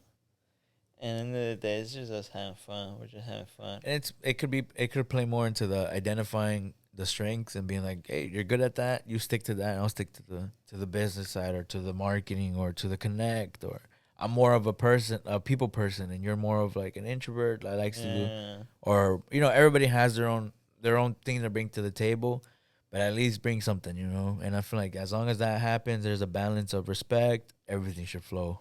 You seen one of our videos before? Yeah, like the one I told you that is the Latina when y'all in the hotel. I think that was Adrian's Flash first. Latina, es That la was mía. Flash first music video. We had planned something else for it. It didn't work out. Adrian Flash like, ¿qué hacemos? What should we do now? Like, it didn't work out. I'm like, all right, I got this one move we could do. Still ain't fucking recovered yet. Really? I still think Compa Cash, Angelito music video, he'll like, cause we would ask people for features like, yo, can we get a feature? Yo, put us on the show. Oh, you rap? Yeah, we rap. I swear, last time I checked, we rap. We've been dropping since we were kids. Until we started dropping music videos, they were like, oh, okay. Like you said, like they wanted to put a face to the voice. Exactly. That's why I feel like it's so important. Lalo KV reached out to us. Crazy Nice. Vatos. Yeah, Crazy Vatos, yeah. He wanted to sign us, but I feel like the fans, again, we speak about different things than they do. Yep, I guess, yeah. That makes sense. And I'm not necessarily saying that they didn't, the fan, because we fucked up. We wrecked 1 or 2 shows with them. They liked it. Nice. That was what I was gonna They didn't answer. say no. They didn't say boo. They didn't say good job either, though. But I always feel like if they don't say boo, or they be like vales verga, or like yo. I mean, yeah, if they physically don't tell you like that your shit was not hitting, Then I feel like that's a good sign. or at least they sat there and they fucking listened. If they did, and even if it was for a second, like they took that time out of their day to just listen. They could have left and gone to do something at the it's probably like car shows and stuff, like the low rider shows. Yeah. We had some shows in North Carolina, here in Atlanta, some in Buford Highway. Yeah. It was fun. A lot of competition. We went to it was a contest, battle rap. Oh shit. Adrian Flash versus so and so, Oxycontin versus so and so, Compa Cash versus so and so. We all lost. But you started rapping in Spanish? Well, Oxycontin raps in English only. Oh, okay.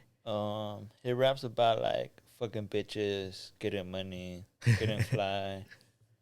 Compa Cash, he raps about fucking bitches, getting money, getting fly, but in Spanish. Nice. We lost the competition, but it was fun as fuck. Yeah, I feel like as long as you believe it. There were some kids from New York that came. I think they were from New York or New Jersey or something like that. Latinos, battle rap, like real battle rap. It was really fun. We had a great time. That would be funny in Spanish. You started coming out, they don't understand. Tu mamá está fea, vales verga. The kids before us were rapping like that, but the other contestants were rapping their songs.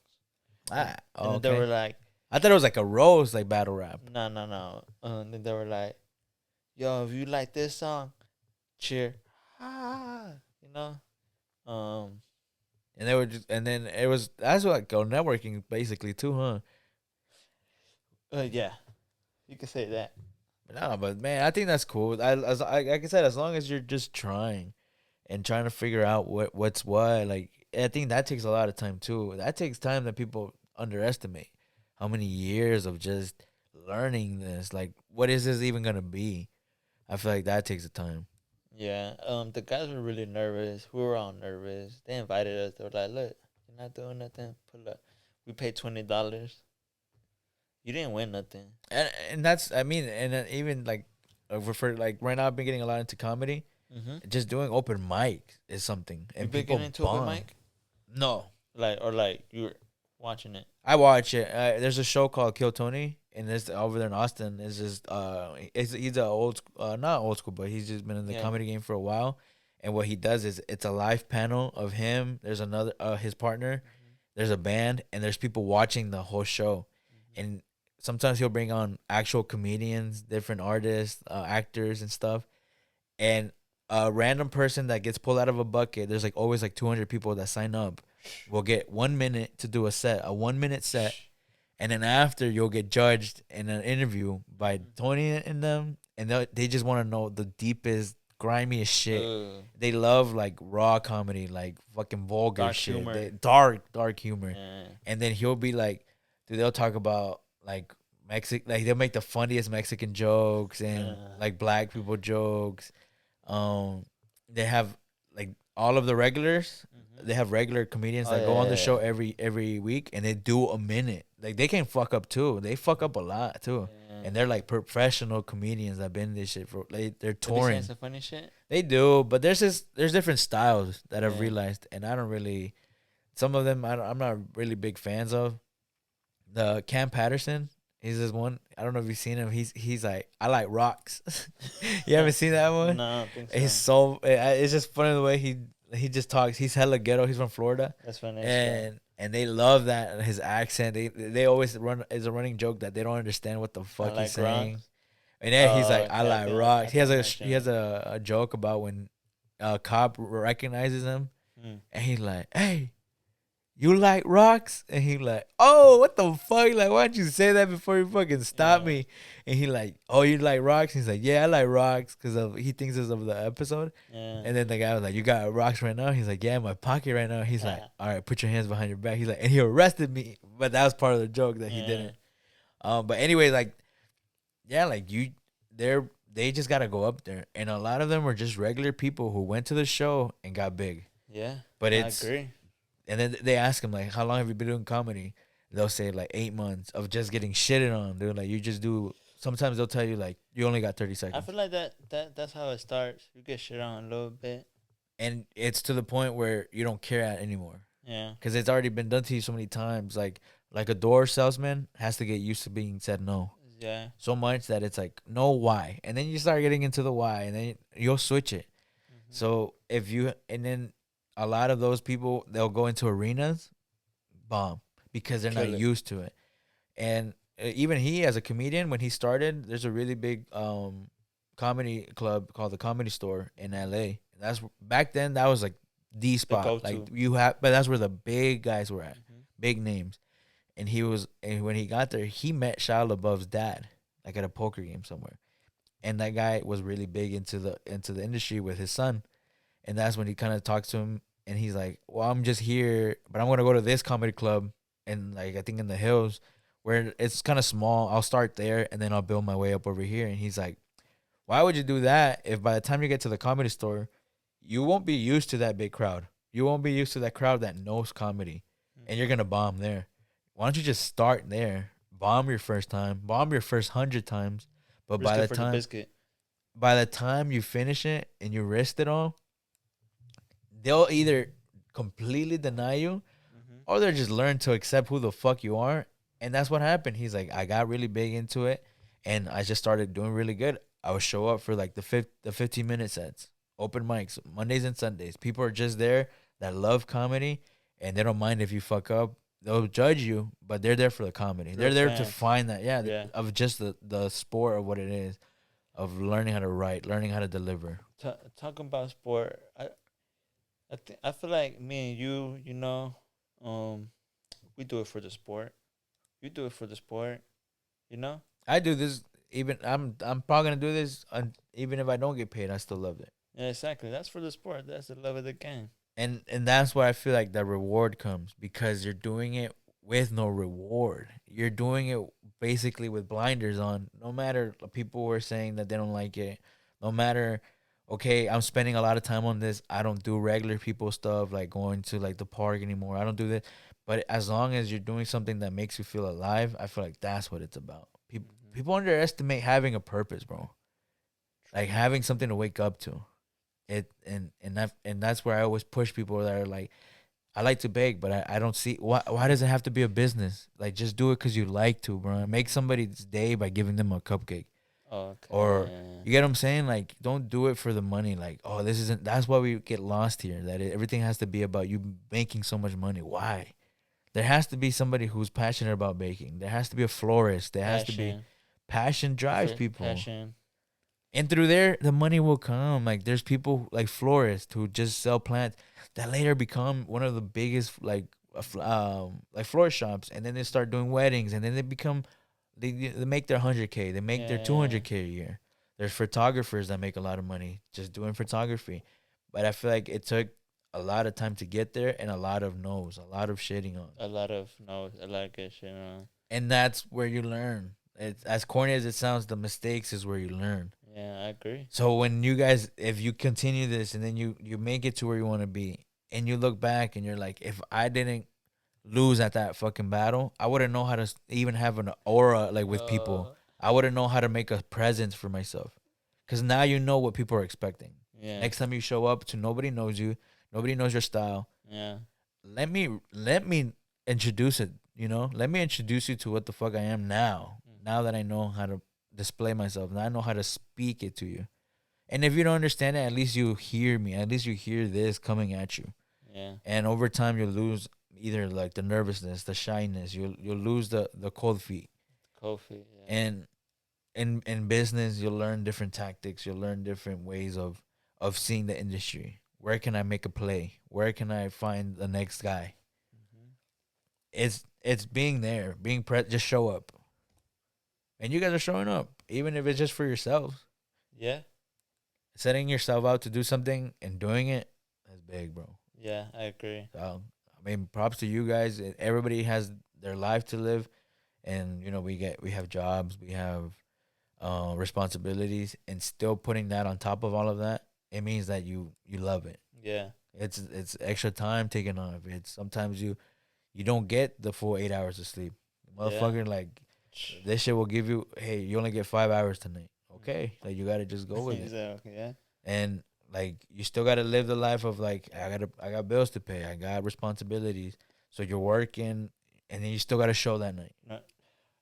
People underestimate it, but yeah, sometimes there be days, there be nights where you gotta be like, you push yourself a huevo, like, let me put myself in the studio, let me study some more, let me edit some things, Sometimes you get lost in the sauce, and sometimes I feel like a lot of people need that extra push. Not everybody does it for themselves. Sometimes you do need that extra ear, Hey, keep going, At least try. And that's what I do like about the Latino community, whether it be, even if it's not your parents or somebody else around you, pues échale ganas, a ver qué sale. You don't lose nothing out of it, That's why I was really excited to be on your podcast. I like, I thought you were gonna forget. I thought, Hell no. I was like, when I told you, like, put me on that thing, I got some shit to say. I thought you were gonna be like, nah. Nah, dude, I'm very big on, if I find it interesting, this is my fucking show. If I find it interesting, I'm gonna post it. Yeah. Because I mean, somebody's gonna like my style. Somebody's gonna like, and now I have that accountability, because there's people that have came up to me and they're like, I like the show. We've never. That's why I reached out to you. I was like, damn, okay, yo, Pep, put me on this shit. Hopefully, we do another one. Adrian Flash said he want to do one with you. It might happen. It might not in the near future. Hopefully, 2-3 years from now, we do another one. See how the progress. And to think that is the best way, the best feeling for me, because dude, 3 years is a fuck ton of time to keep doing this, to keep making music, dude. And I'm hoping I get to that. Like, I'm pushing myself to do this once a week, like, do more. I'm gonna start doing like episodes outside of the studio, like going to people's settings. That's why I asked, like, if you ever have a setting that you want, hey Pep, I want you to do an interview here. I'll go because I want to see where you're Yeah. comfortable. I want to see what like your habitat, what makes you, you know. Yeah. And I'm gonna start probably like diversing, like getting into more different areas, different talking to different people in different industries, and I that's look what I'm more forward to excited it. I about. look forward to it. Fuck yeah, dude! And that's for that. Like for people that I wanted to do it because people always tell me like I like talking to you or Yeah, you're very of course, easy of to course. talk to, and it was just kind of like okay, like let me see if I'm real about it. And I've done it before, and that's why I feel like it showed up again when I tried to do the second time with Lalo through work, through life. It got really hard Yeah, for us, sometimes. and it like you said, take a little time, a hiatus.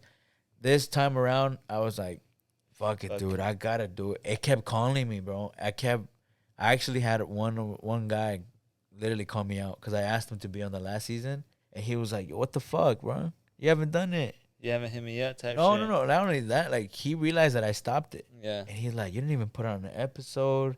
What? And I needed that, He bro. called you out like that. And I told him I want to get him on the show. Yeah. He's very big in the photography world, and it takes a homie to be like, yo, what the fuck, like you didn't do what you said, and that sat with me for a whole fucking year, bro. That shit.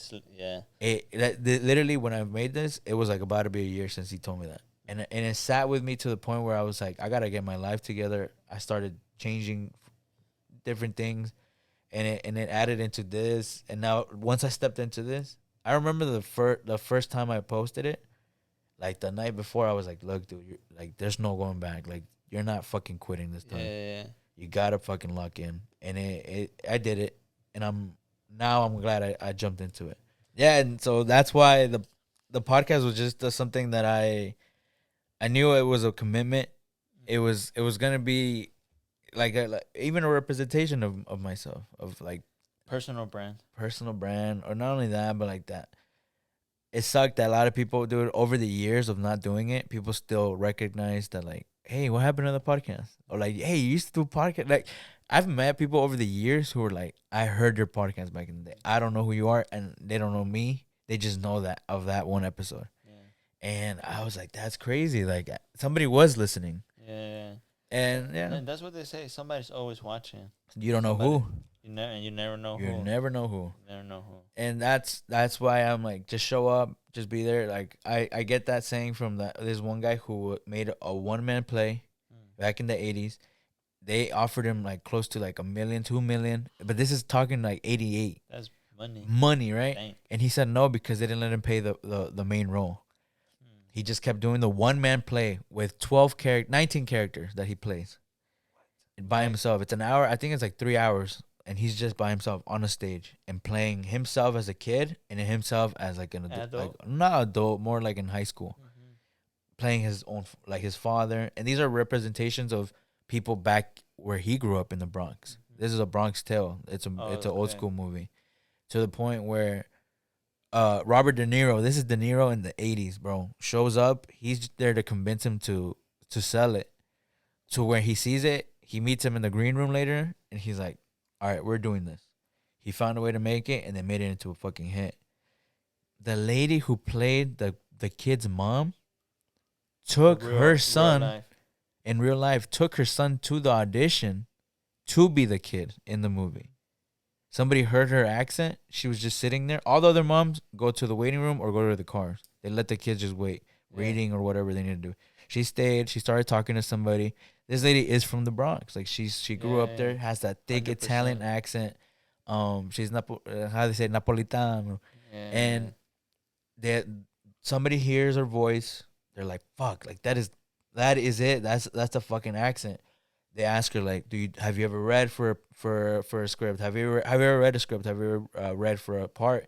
No, but my son is here. Like and everything. And they're like, okay, that's cool, but we like their voice and everything. Can you come and meet Robert? She's meeting Robert De Niro. He meets her from then. He was like, dude, she's played in 4 different movies. His wife already with Robert De Niro in 4 different occasions. Wow. The last one was in the Irishman. She that's who she is. The wife that played since the beginning. Just now being she's in the right place, huh? And showing up, and she talks about saying like, once I was there, dude. She was reading for this other role. No, for that role, and she went to make a fat ass bagel with. She's like, I like a lot of cream cheese, and I'm eating. And Chaz comes out, and he's like, "Are you gonna eat that right now?"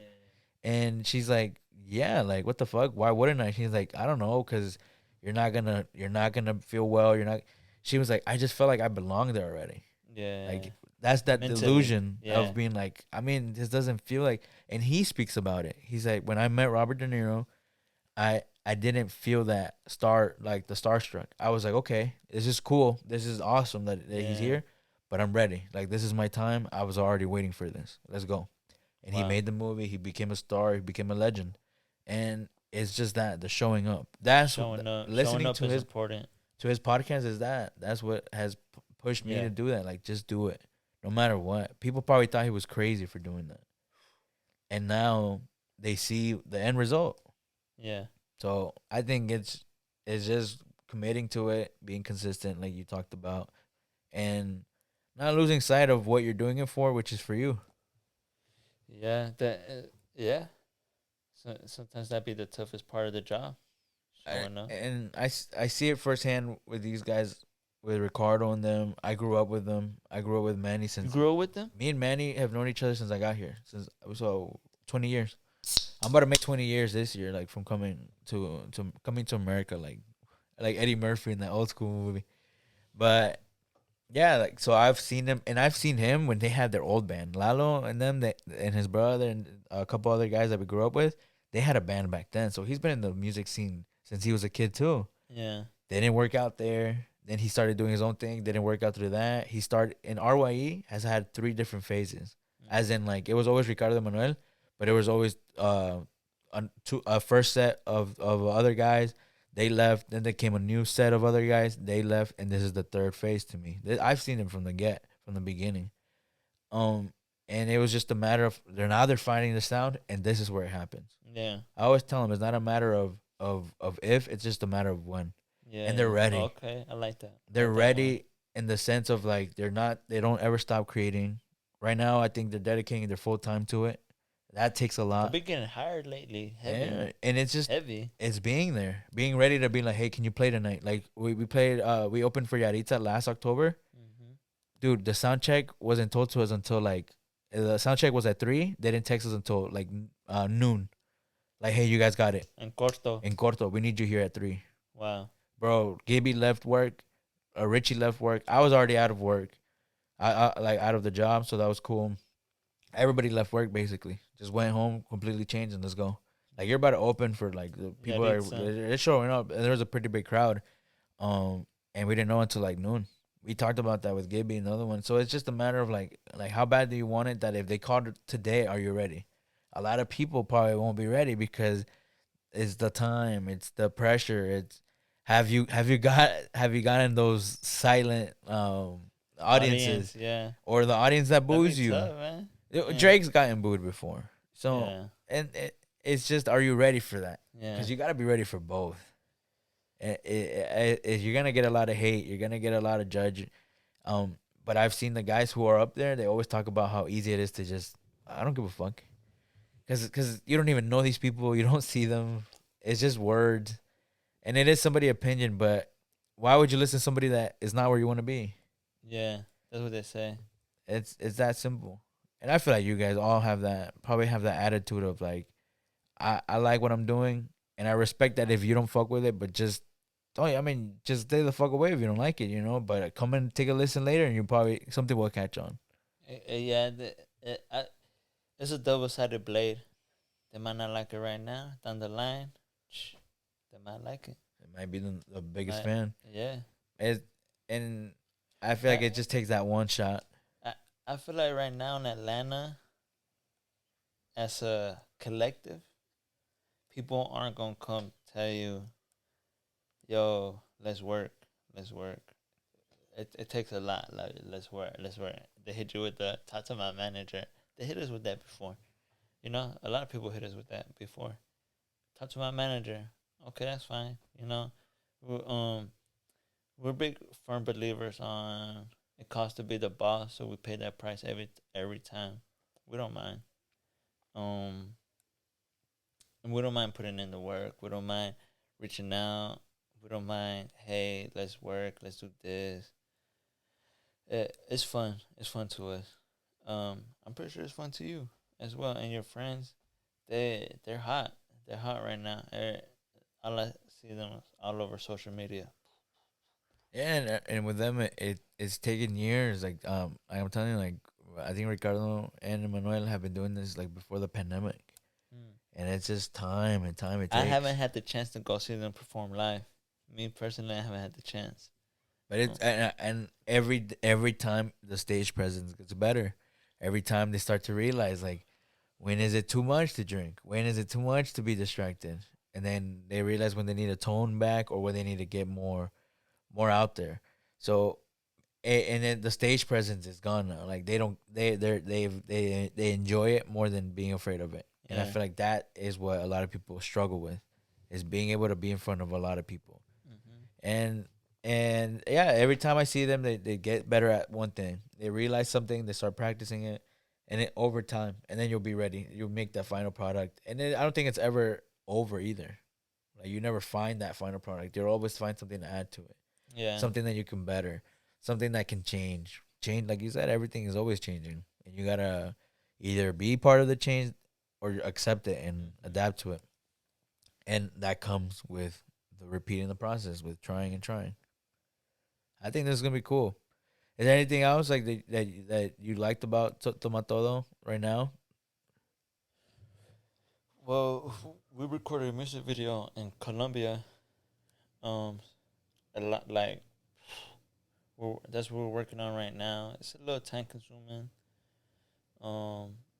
And this year we recorded a music video in Colombia. Different scenes. Last year we recorded a music video in Mexico and Oaxaca. We're gonna drop both of them back to back, back to back. We do want to branch out. We do kind of want to go to other states and work.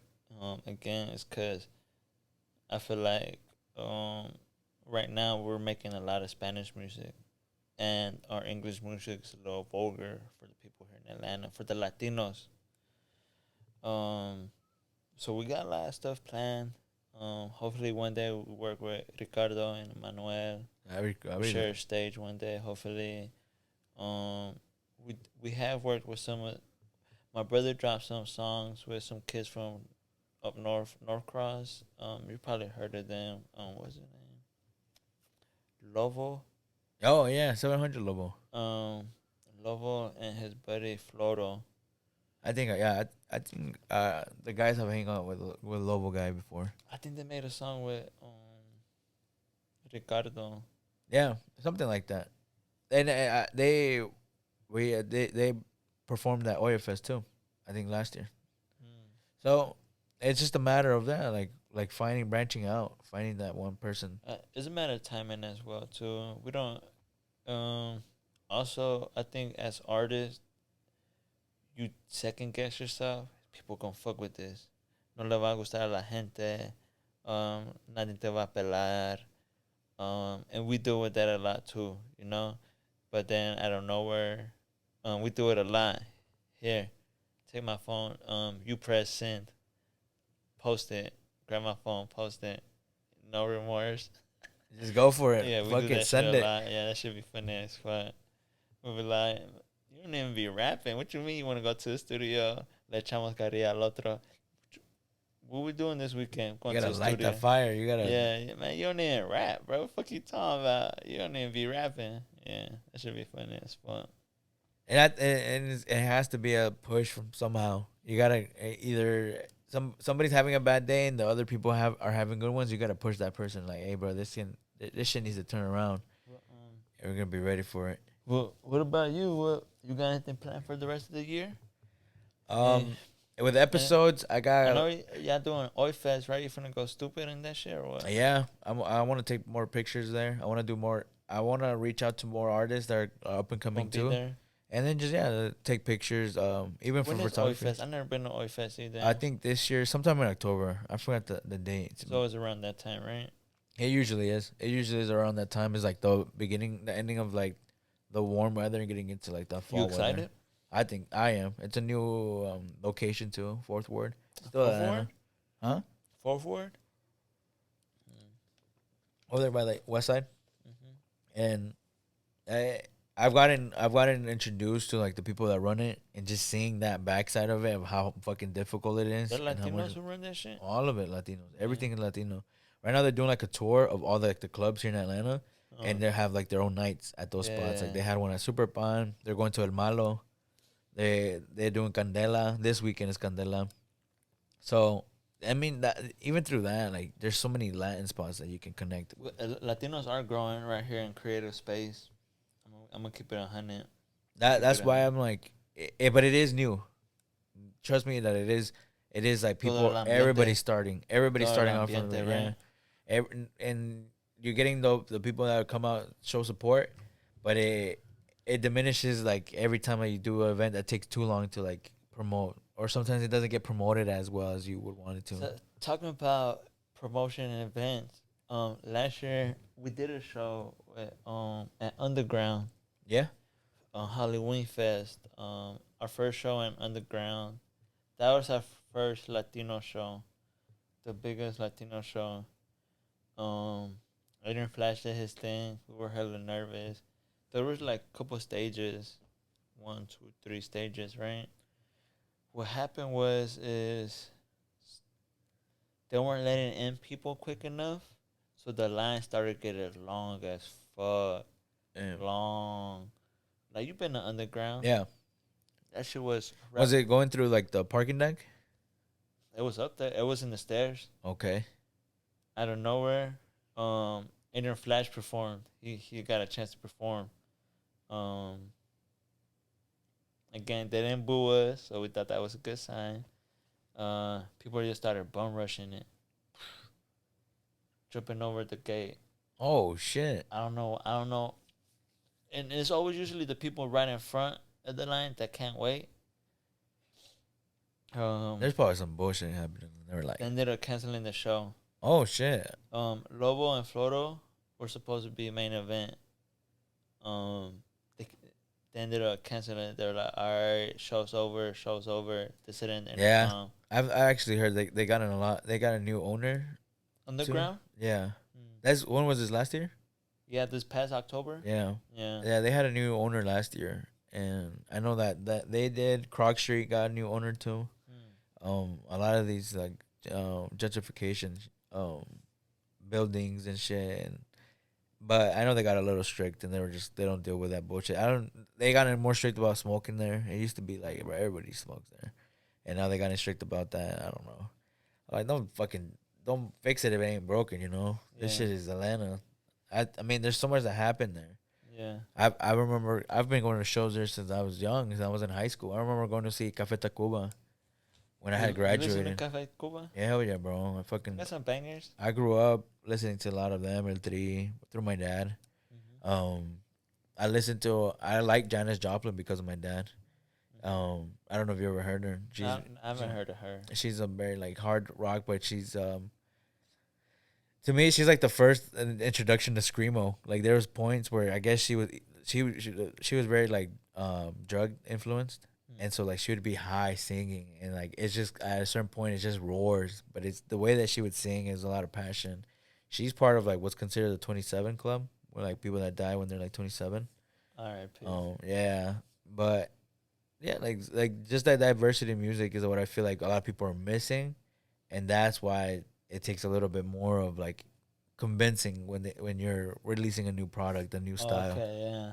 But it's gonna happen. There's gonna be setbacks, but think about it. Like everything started like that. Rap, think about rap. Like back then, it was considered Hip-hop, like hip hop. yeah. You know, like you heard about the Grandmaster Flash like starting it, and a lot of people kind of didn't fuck with it. They're like, why are you changing what you've been doing for so many years? Like he took a risk even introducing like that style of like boom boom ta like 808s, and then people 808s, rapping to yeah. it. You know, and then you get into like the new wave of like where NWA people think they're just criminals. They don't like it. A lot of people said rap music ruined the United States and the world.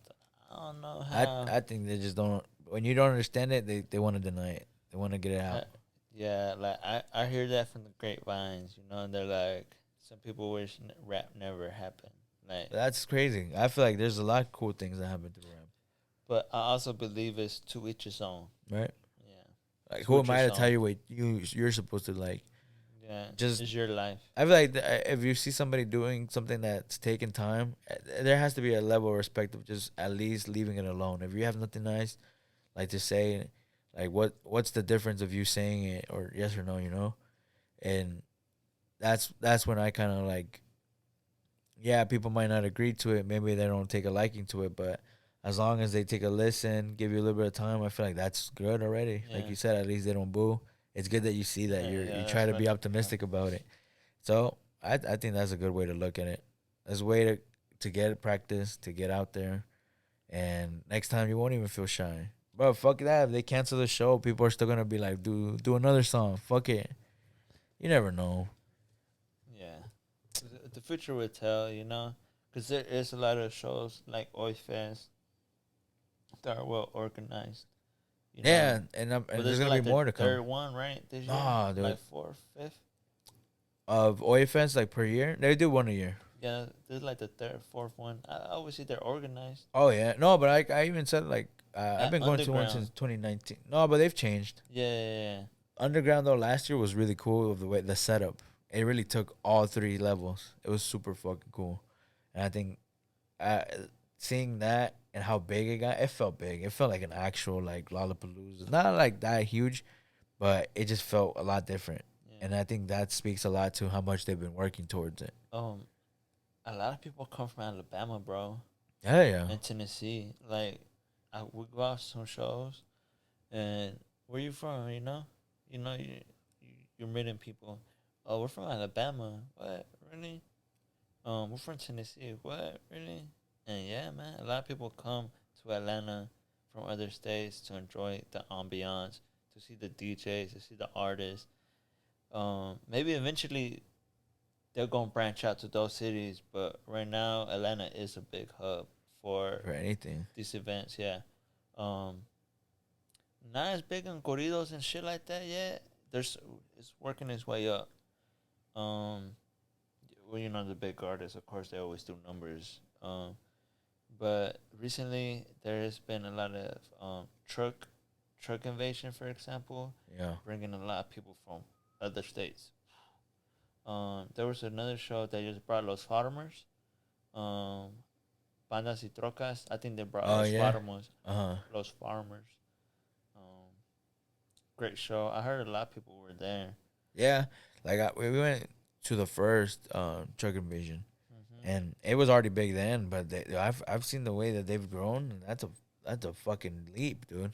Yeah. And again, it's just consistency. I feel like Yeah. they probably maybe lost on some things, or maybe they didn't. But like you said, it takes balls to do shit, to take a risk. Mm-hmm. Who knows what could have happened, you know?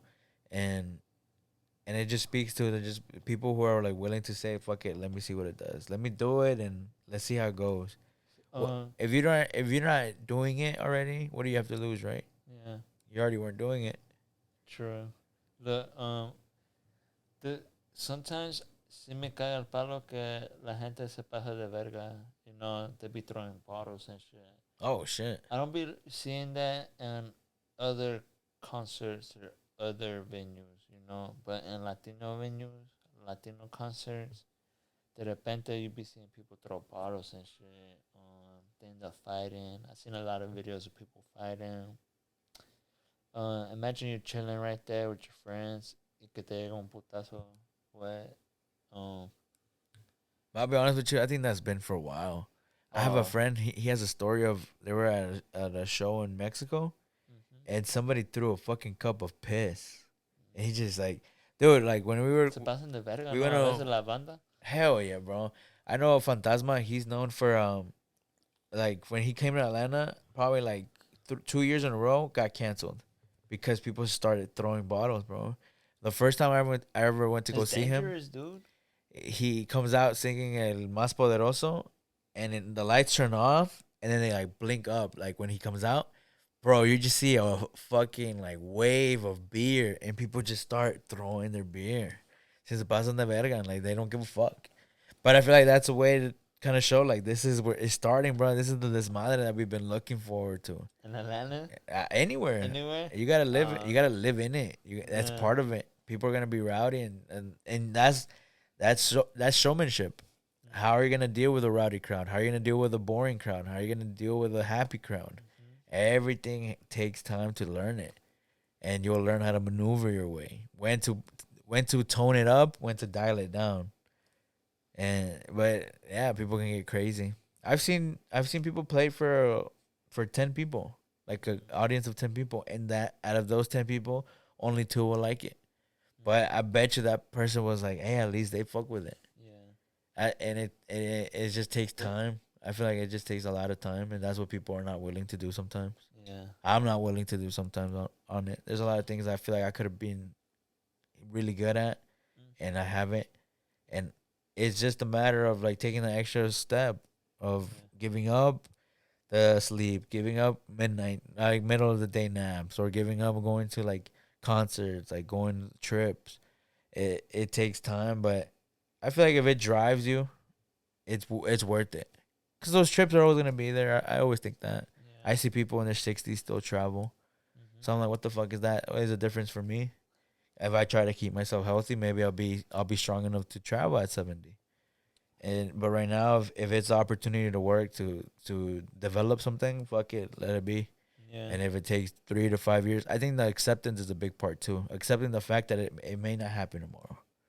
Am I in here for the long haul, or am I only here because I only think about the reward, the end goal? Yeah. I feel like that takes a lot of self like reflection of how long can I hold this? How long am I really willing to just wait it out Yeah. to get fucking booze, to get the zero crowd? I guess that's just the only thing you can think of and be like, who am I? Like, well, how far can I go? How far am I willing to go? Yeah. I feel like once you have that cleared out, there's really nothing else to do but just go. Yeah. And if that's where you accept your fate, but even then, you think about it, 5 years, you're still young, still got a lot to fucking do. At least you tried it. And if you didn't, right now you keep saying you enjoy it, you enjoy it. At least you did something you enjoyed, instead of like when you're old and you're like, fuck, I never did that. I never tried this. No regrets, boys. In the future. They say like they cost the most. Yeah. I think that's something that maybe pushed me to. I don't want to look back and be like, dude, I had all the opportunity to. Like, dude, I literally sat in this room and I had the camera in that corner, all of this in this box over there, and I was just like, what is stopping me? Yeah. I'm not doing shit at this moment, and I have everything at my hand. It feels like I told that to my brother earlier today. Like, when you have everything for you and you still don't do it, it's almost a disrespect to it, To the because you're like, Conor McGregor said that he'll let you not working, putting in the work is almost a disrespect to the one person, the couple handful of persons that believe in you. You know, it's you letting them down. You know, and I feel like that plays a big part. You know, it's a mind game. It's a mind game. It is, and that's the hardest part. Like, I've been running with no headphones on, Mm-hmm. and dude, like just talking to yourself is intense. It can get to a Yeah. point where I don't, I can see two different people in my head sometimes. Yeah. I'm not saying I'm schizophrenic. It's just a matter of like looking at it both ways. I've grown to have a perspective of both different things. Yeah. Of damn, man, like it can't happen because of A, B, and C, but hey, bro, but D could happen, and then you can find it out from there. Like it just takes that self worth of being like, man, you probably do got it. You're just overthinking it. You're always gonna overthink. You know, the them thoughts. I feel like the moment you be like, nah, shake it off quick. Say no quick. Anytime somebody tries to invite you out and you gotta work, say no quick. Say no quick. You know. Yeah, there was this other guy gotta shake that shit off who quick. was talking about sleeping. Like sleeping early can save you from a lot of bad decisions at night, a lot of DUIs. It can save you from. It can better you at your work, and that makes a lot of sense. I was like, damn, that is true. Like, I get to a point where if it's like 11, and I'm not doing shit, I'm like, just go to fucking sleep, bro. At least do yourself that service and just get an extra hour of sleep. You don't have to sleep at midnight. There's not a rule that says it. Nobody fucking You gotta is get your texting beauty you. sleep, right? Trying to these bags, bro, under my eyes are horrible. I look like I'm fucking 30. People always tell me I look old as shit. Nah, man, dude, I think this has been a good fucking time. Yeah. I'm glad you got to see that it's nothing crazy to be interviewed. It's just being you, and I think this Uh, is a good start. my my buddies are used to being behind the camera. This is kind of my first time being behind the camera in this sense, but that's pretty fun. Yeah, being in front of it is more of like I'm here, and now they're Yeah. gonna see who I am. There's no hiding it. There's no hiding it under nothing. Then and but people will learn to like something about you, and I That's always the goal. that's literally what I put on the description. Like I know everybody has a story, and I just want to be the one to help them tell it. Yeah. I want to be here to just hear what people are doing. Everybody has I don't know what the term is, but there's a thing of when people think of the existential things that are happening around them. Like, holy shit, there's a dude today that worked cleaning pools. There's a dude today that worked cooking at the best restaurant in New York. Okay. And it's not that I'm getting fixated on what's happening around me and like looking and being jealous or being like too observant. It's more of like there's somebody else living their passion. There's somebody else enjoying their fucking day. And every day they have something to look forward to. Why can't it be me? Exactly. And I gotta be the one to build it. I gotta be the one that's happy. And I even think about it. What am I gonna pass on to if I do have children? Something I want to pass on something that I love, and even if they don't like do it to the extent that I did, but they find a way to be like, wow, there is outlets for what I'm thinking. There's For something Latinos, for me, for for yourself, in Latino, general. for kids, Yeah. for people who find their purpose really young. I feel like that's huge. I wish something like that had happened, but it is what it is. It's not like it's the end of the world. You always had supportive parents. I had very It's kind of like a 1 foot in, 1 foot out No. situation with Latinos. Because I feel like that's always the case with Latinos. Oh, okay. Yeah, I feel like it's new to a lot of Latinos as well. The older generation, and we're like first generation. You know. I think my mom was very supportive in the fact of like they didn't speak any English. I was my own translator. I learned how to sign up myself up for soccer. My mom was just like, if I can give you a ride, if I could do something like that, I'll Support definitely you. gonna help you. And that's what it was. That's what I'm thinking of, like hopefully being able to give to my family. Like if I can just sit on the sideline and just help you by giving you a ride, or that's support enough. That is Right now with important. this, dude, my dad was the first comment Yeah. on the first video. Oh. Yeah. So Yeah. yeah, I think with them it was just more of like I feel like I have a purpose because of them. They Yeah. sacrificed a lot. They haven't seen their family in years being here, but they brought us here to have a better life. I'd be saying that, I feel like our parents didn't go what they went through for us to not try. They sacrificed their dreams and goals. So para que yo me raje, hell nah, I'm gonna go balls deep. You got Balls to deep, like balls as far deep. as I can go. Yeah, balls They deep. went far. I think about the shit that my dad did at my age, and I'm like, I could never, bro. Yeah, Or like, maybe I could, but it would be pushing a lot of the limits that I created myself. yeah. And you're like, but they no se rajan. My mom, bro, she like growing up, she was always very into what we were doing. She was very into like, what are you thinking? How are you feeling? Like, and we have that relationship today where I talk to her a lot, Yeah. and I feel like it was very healthy because I don't have cousins, I don't have aunts. She hasn't seen her sister. She didn't get to see her mom before she passed, and it was just us for all of our life here. It has Yeah. just been us. We found family as in like friends throughout the community, Yeah. but looking back at it, it's just us. It's always just been us. Working for the tacos, bro. We've been doing the tacos since we got here. 2006 was like the first time we went like Yeah. all in, and it's a family business. Yeah. We grew up on Fridays prepping for all the parties on the weekend. Everybody would get home and watch a movie, chill and everything. Fuck no, I would get home, wash the comales. We started learning how to prep all the onions, cutting cilantro, doing all of that. I feel like in a Latino household, you never get lax time. Hell not no. necessarily. I remember I started working with my dad. He found a stub of like when I was like 10, and he wrote my name on a check. It was like for like $50, but I started working really young. They were supportive, and if they left me anything, it was work ethic. My mom can fucking work. She fucking loves it, bro. She lives a life of just like I gotta do something, whether it's having fun, work hard, play hard. Like that's she buys her nice car. She likes to play harder. Yeah, she likes to go on like small trips. Yeah. And she'll be like, "Hey, I got us this Airbnb. I paid for it. Just show up," cause she fucking wants to. And that I feel like that sets a standard to me. Like, fuck, man, my mom's over here fucking doing her shit, man, handling her shit and still having fun. I gotta do something, man. And it's a paying respect to them, and not only that, but like like find if you don't find it in to do it for yourself, find another reason. Find your mom and be like, fuck, I gotta help my mom out. I gotta do this, like, and that's another purpose too. But like you said, like I agree. Yeah, like it's just a matter of looking into yourself and be like, what do I have to offer? Am I good at it? Do I like it? Fuck it, let's go, man. Everybody, deep. I feel like Balls one deep. person. Everybody has one thing. Balls deep. Balls deep. Yeah. Fucking bro. Well, bro, I think this is a good stopping point, man. For right now, it's been a good episode, good time. And we hadn't talked in a while, and I feel like this is a cool catching up.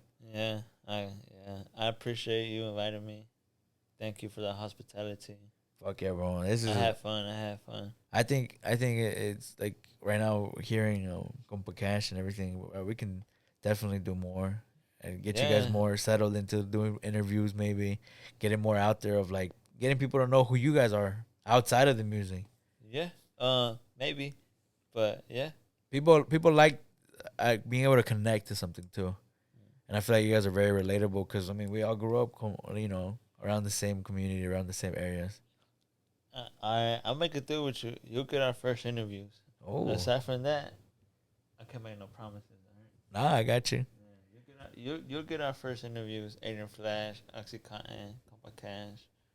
You know they got a lot of music involved. About to drop some music videos. It's gonna be fun. It's gonna be fun. Any pages we can shout out? Where can people find you? Tomato Records. Pretty much it. Personal IG, Splash Lord. You know, just be on the lookout. Tomato Records. We'll put it down here in the somewhere in the description and on the screen. I'll put those names out right there, bro. But man, once again, I appreciate you coming on the show, man. This was really fucking fun. Thank you.